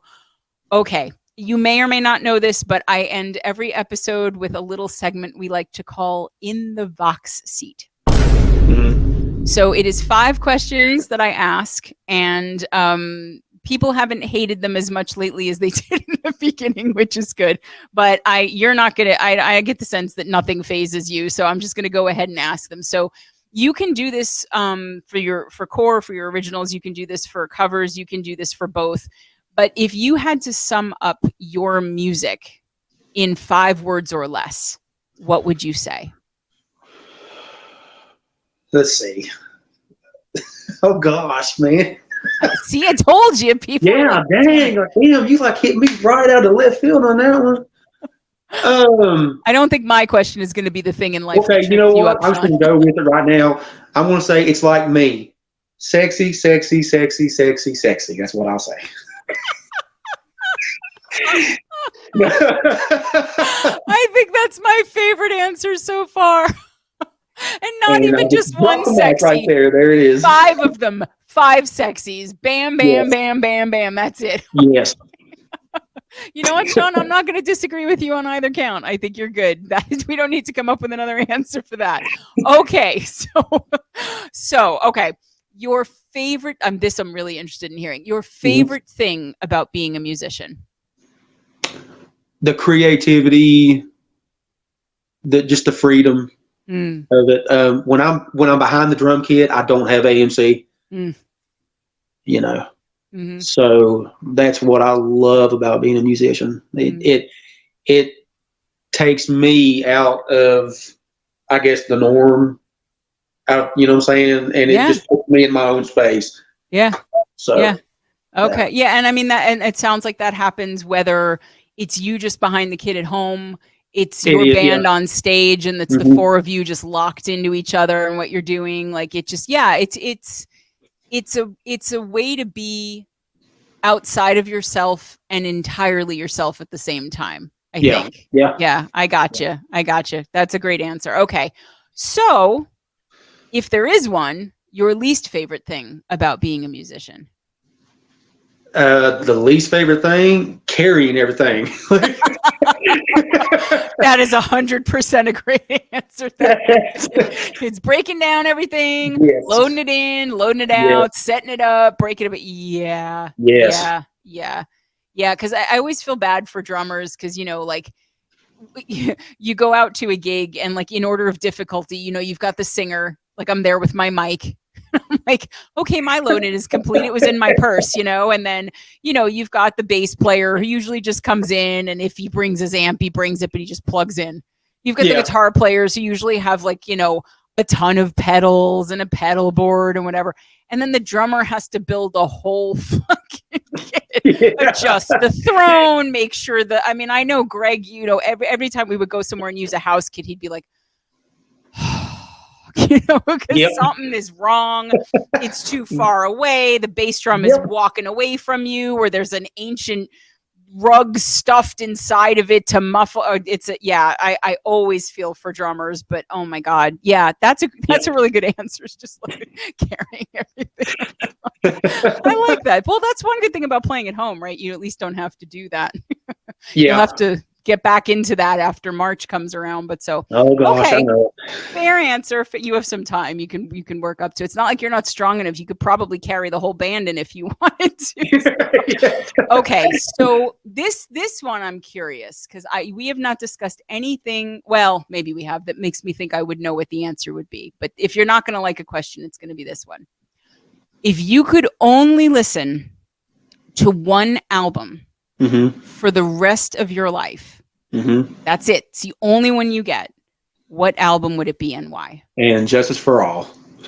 Okay, look at that. Just boom, you have it. You're the second person to give that answer. Mojo from Encircled Throne, if I'm not mistaken, gave that answer as well. Okay, so talk to me about why Metallica. Why that one specifically? That was my first introduction to Metallica. Okay. Was the Justice record. And that's where I fell in love with metal. Is, you know, that record. Lars Ulrich is my all-time favorite drummer. Okay. And so I get beat down about that a lot, but I know a lot of people don't like him. I know. I don't care. The man's a legend. You know, he created one of the most iconic double-bass grooves in history in one. Nobody can deny that. I agree. No, I agree with that. I don't have a problem with Metallica. I mean, the snare on Saint Anger, yes, but otherwise, no, let's not go there. We'll be here another 4 hours talking about that. I might even get angry talking about that one. That was Okay. horrible. All right. I'll reel it back in. Pretend I didn't say anything. Look over here, Yeah, Shawn. no, There's no, let's something not talk shiny. about Saint Anger. Let's not talk about Saint Anger. Okay. So I always Yeah. rewind, but okay. All right. So that was it. That was you popped your Metallica cherry on that Yeah. album, and it just, that's the one. You get That's one the one. album and Yep. that's it. Okay. Totally Yep. fair. You could probably play along to that forever and not get bored based on No, what you oh, just yeah. said. So, okay. All right. Good answer. That seems to be a popular one around here. But okay. We've talked about a lot.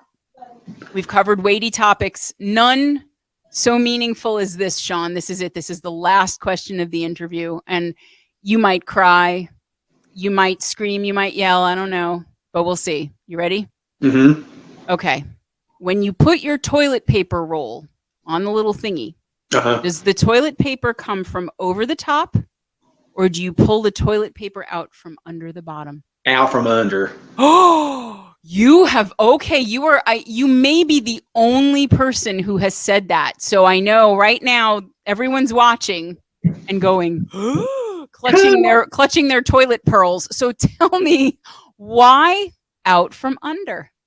It's just so much easier. Like, you just like jerk that sucker down and rip it off and go for it. I mean, you don't have to like pull it up. What's that?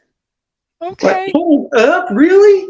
Okay. No, you sling that sucker down and rip it off and then just go for it. I mean, okay. All right. I'm not going to argue with you, Shawn. I'm not going to argue with you on anything, because you could probably pick me up and throw me across the room if you wanted to. So, and I don't think you ever would. You seem like such a sweetheart. Shawn, I was so looking forward to this interview because, first of all, I knew we had the cover band thing connecting us, and you've just seemed like such a cool, straightforward, just honest person. And this has been even more fun for me than I thought it was going to be. I hope you've had a good time, but I know absolutely. I have. I've had a great time. And I just, I thank you for taking my questions in the spirit in which they were intended, because I don't like to be, even if I wanted to, I don't think I could be, but I don't like to be fake with people. And so, in figuring out this interview and, just wanting to get as much information about you as possible, those were the things that kept coming up to me. Like, I bet this guy has had to deal with all kinds of being patted on the head and, thumbs up by people and whatever. And like, this is not that guy at all. And like, that was what I wanted to get at. And you are so genuine and sexy, right? And we got all that. I can't lie. And I mean, you're a blast. And I am so excited that the album for Core is finally coming. I really would love when you guys have it out, you come with the band and you come back on Vox and Guest and we talk it through. I would love that. I'm going to hold you to that. Okay. I've already told them we were going to. Like, I told them we were going to. So there you go. But you have things to send me now. I'm going to be looking for in my email. Yeah. But Shawn, thank you so much. This was so great. And everybody, quickly before Godsmack takes him away, everybody go follow, like him, subscribe, Facebook. Go find Core, because Core has a page. I know, because I follow them. Yep. Love them up too, okay? And we're just going to sit back and wait for you to just blast our faces off with excellent music. Thank you so, so much, Shawn. Thank you for having me on. I really, really appreciate it. Oh, you're more than welcome. All right, guys, that is it. We are Vox and Guest, and we will see you next time.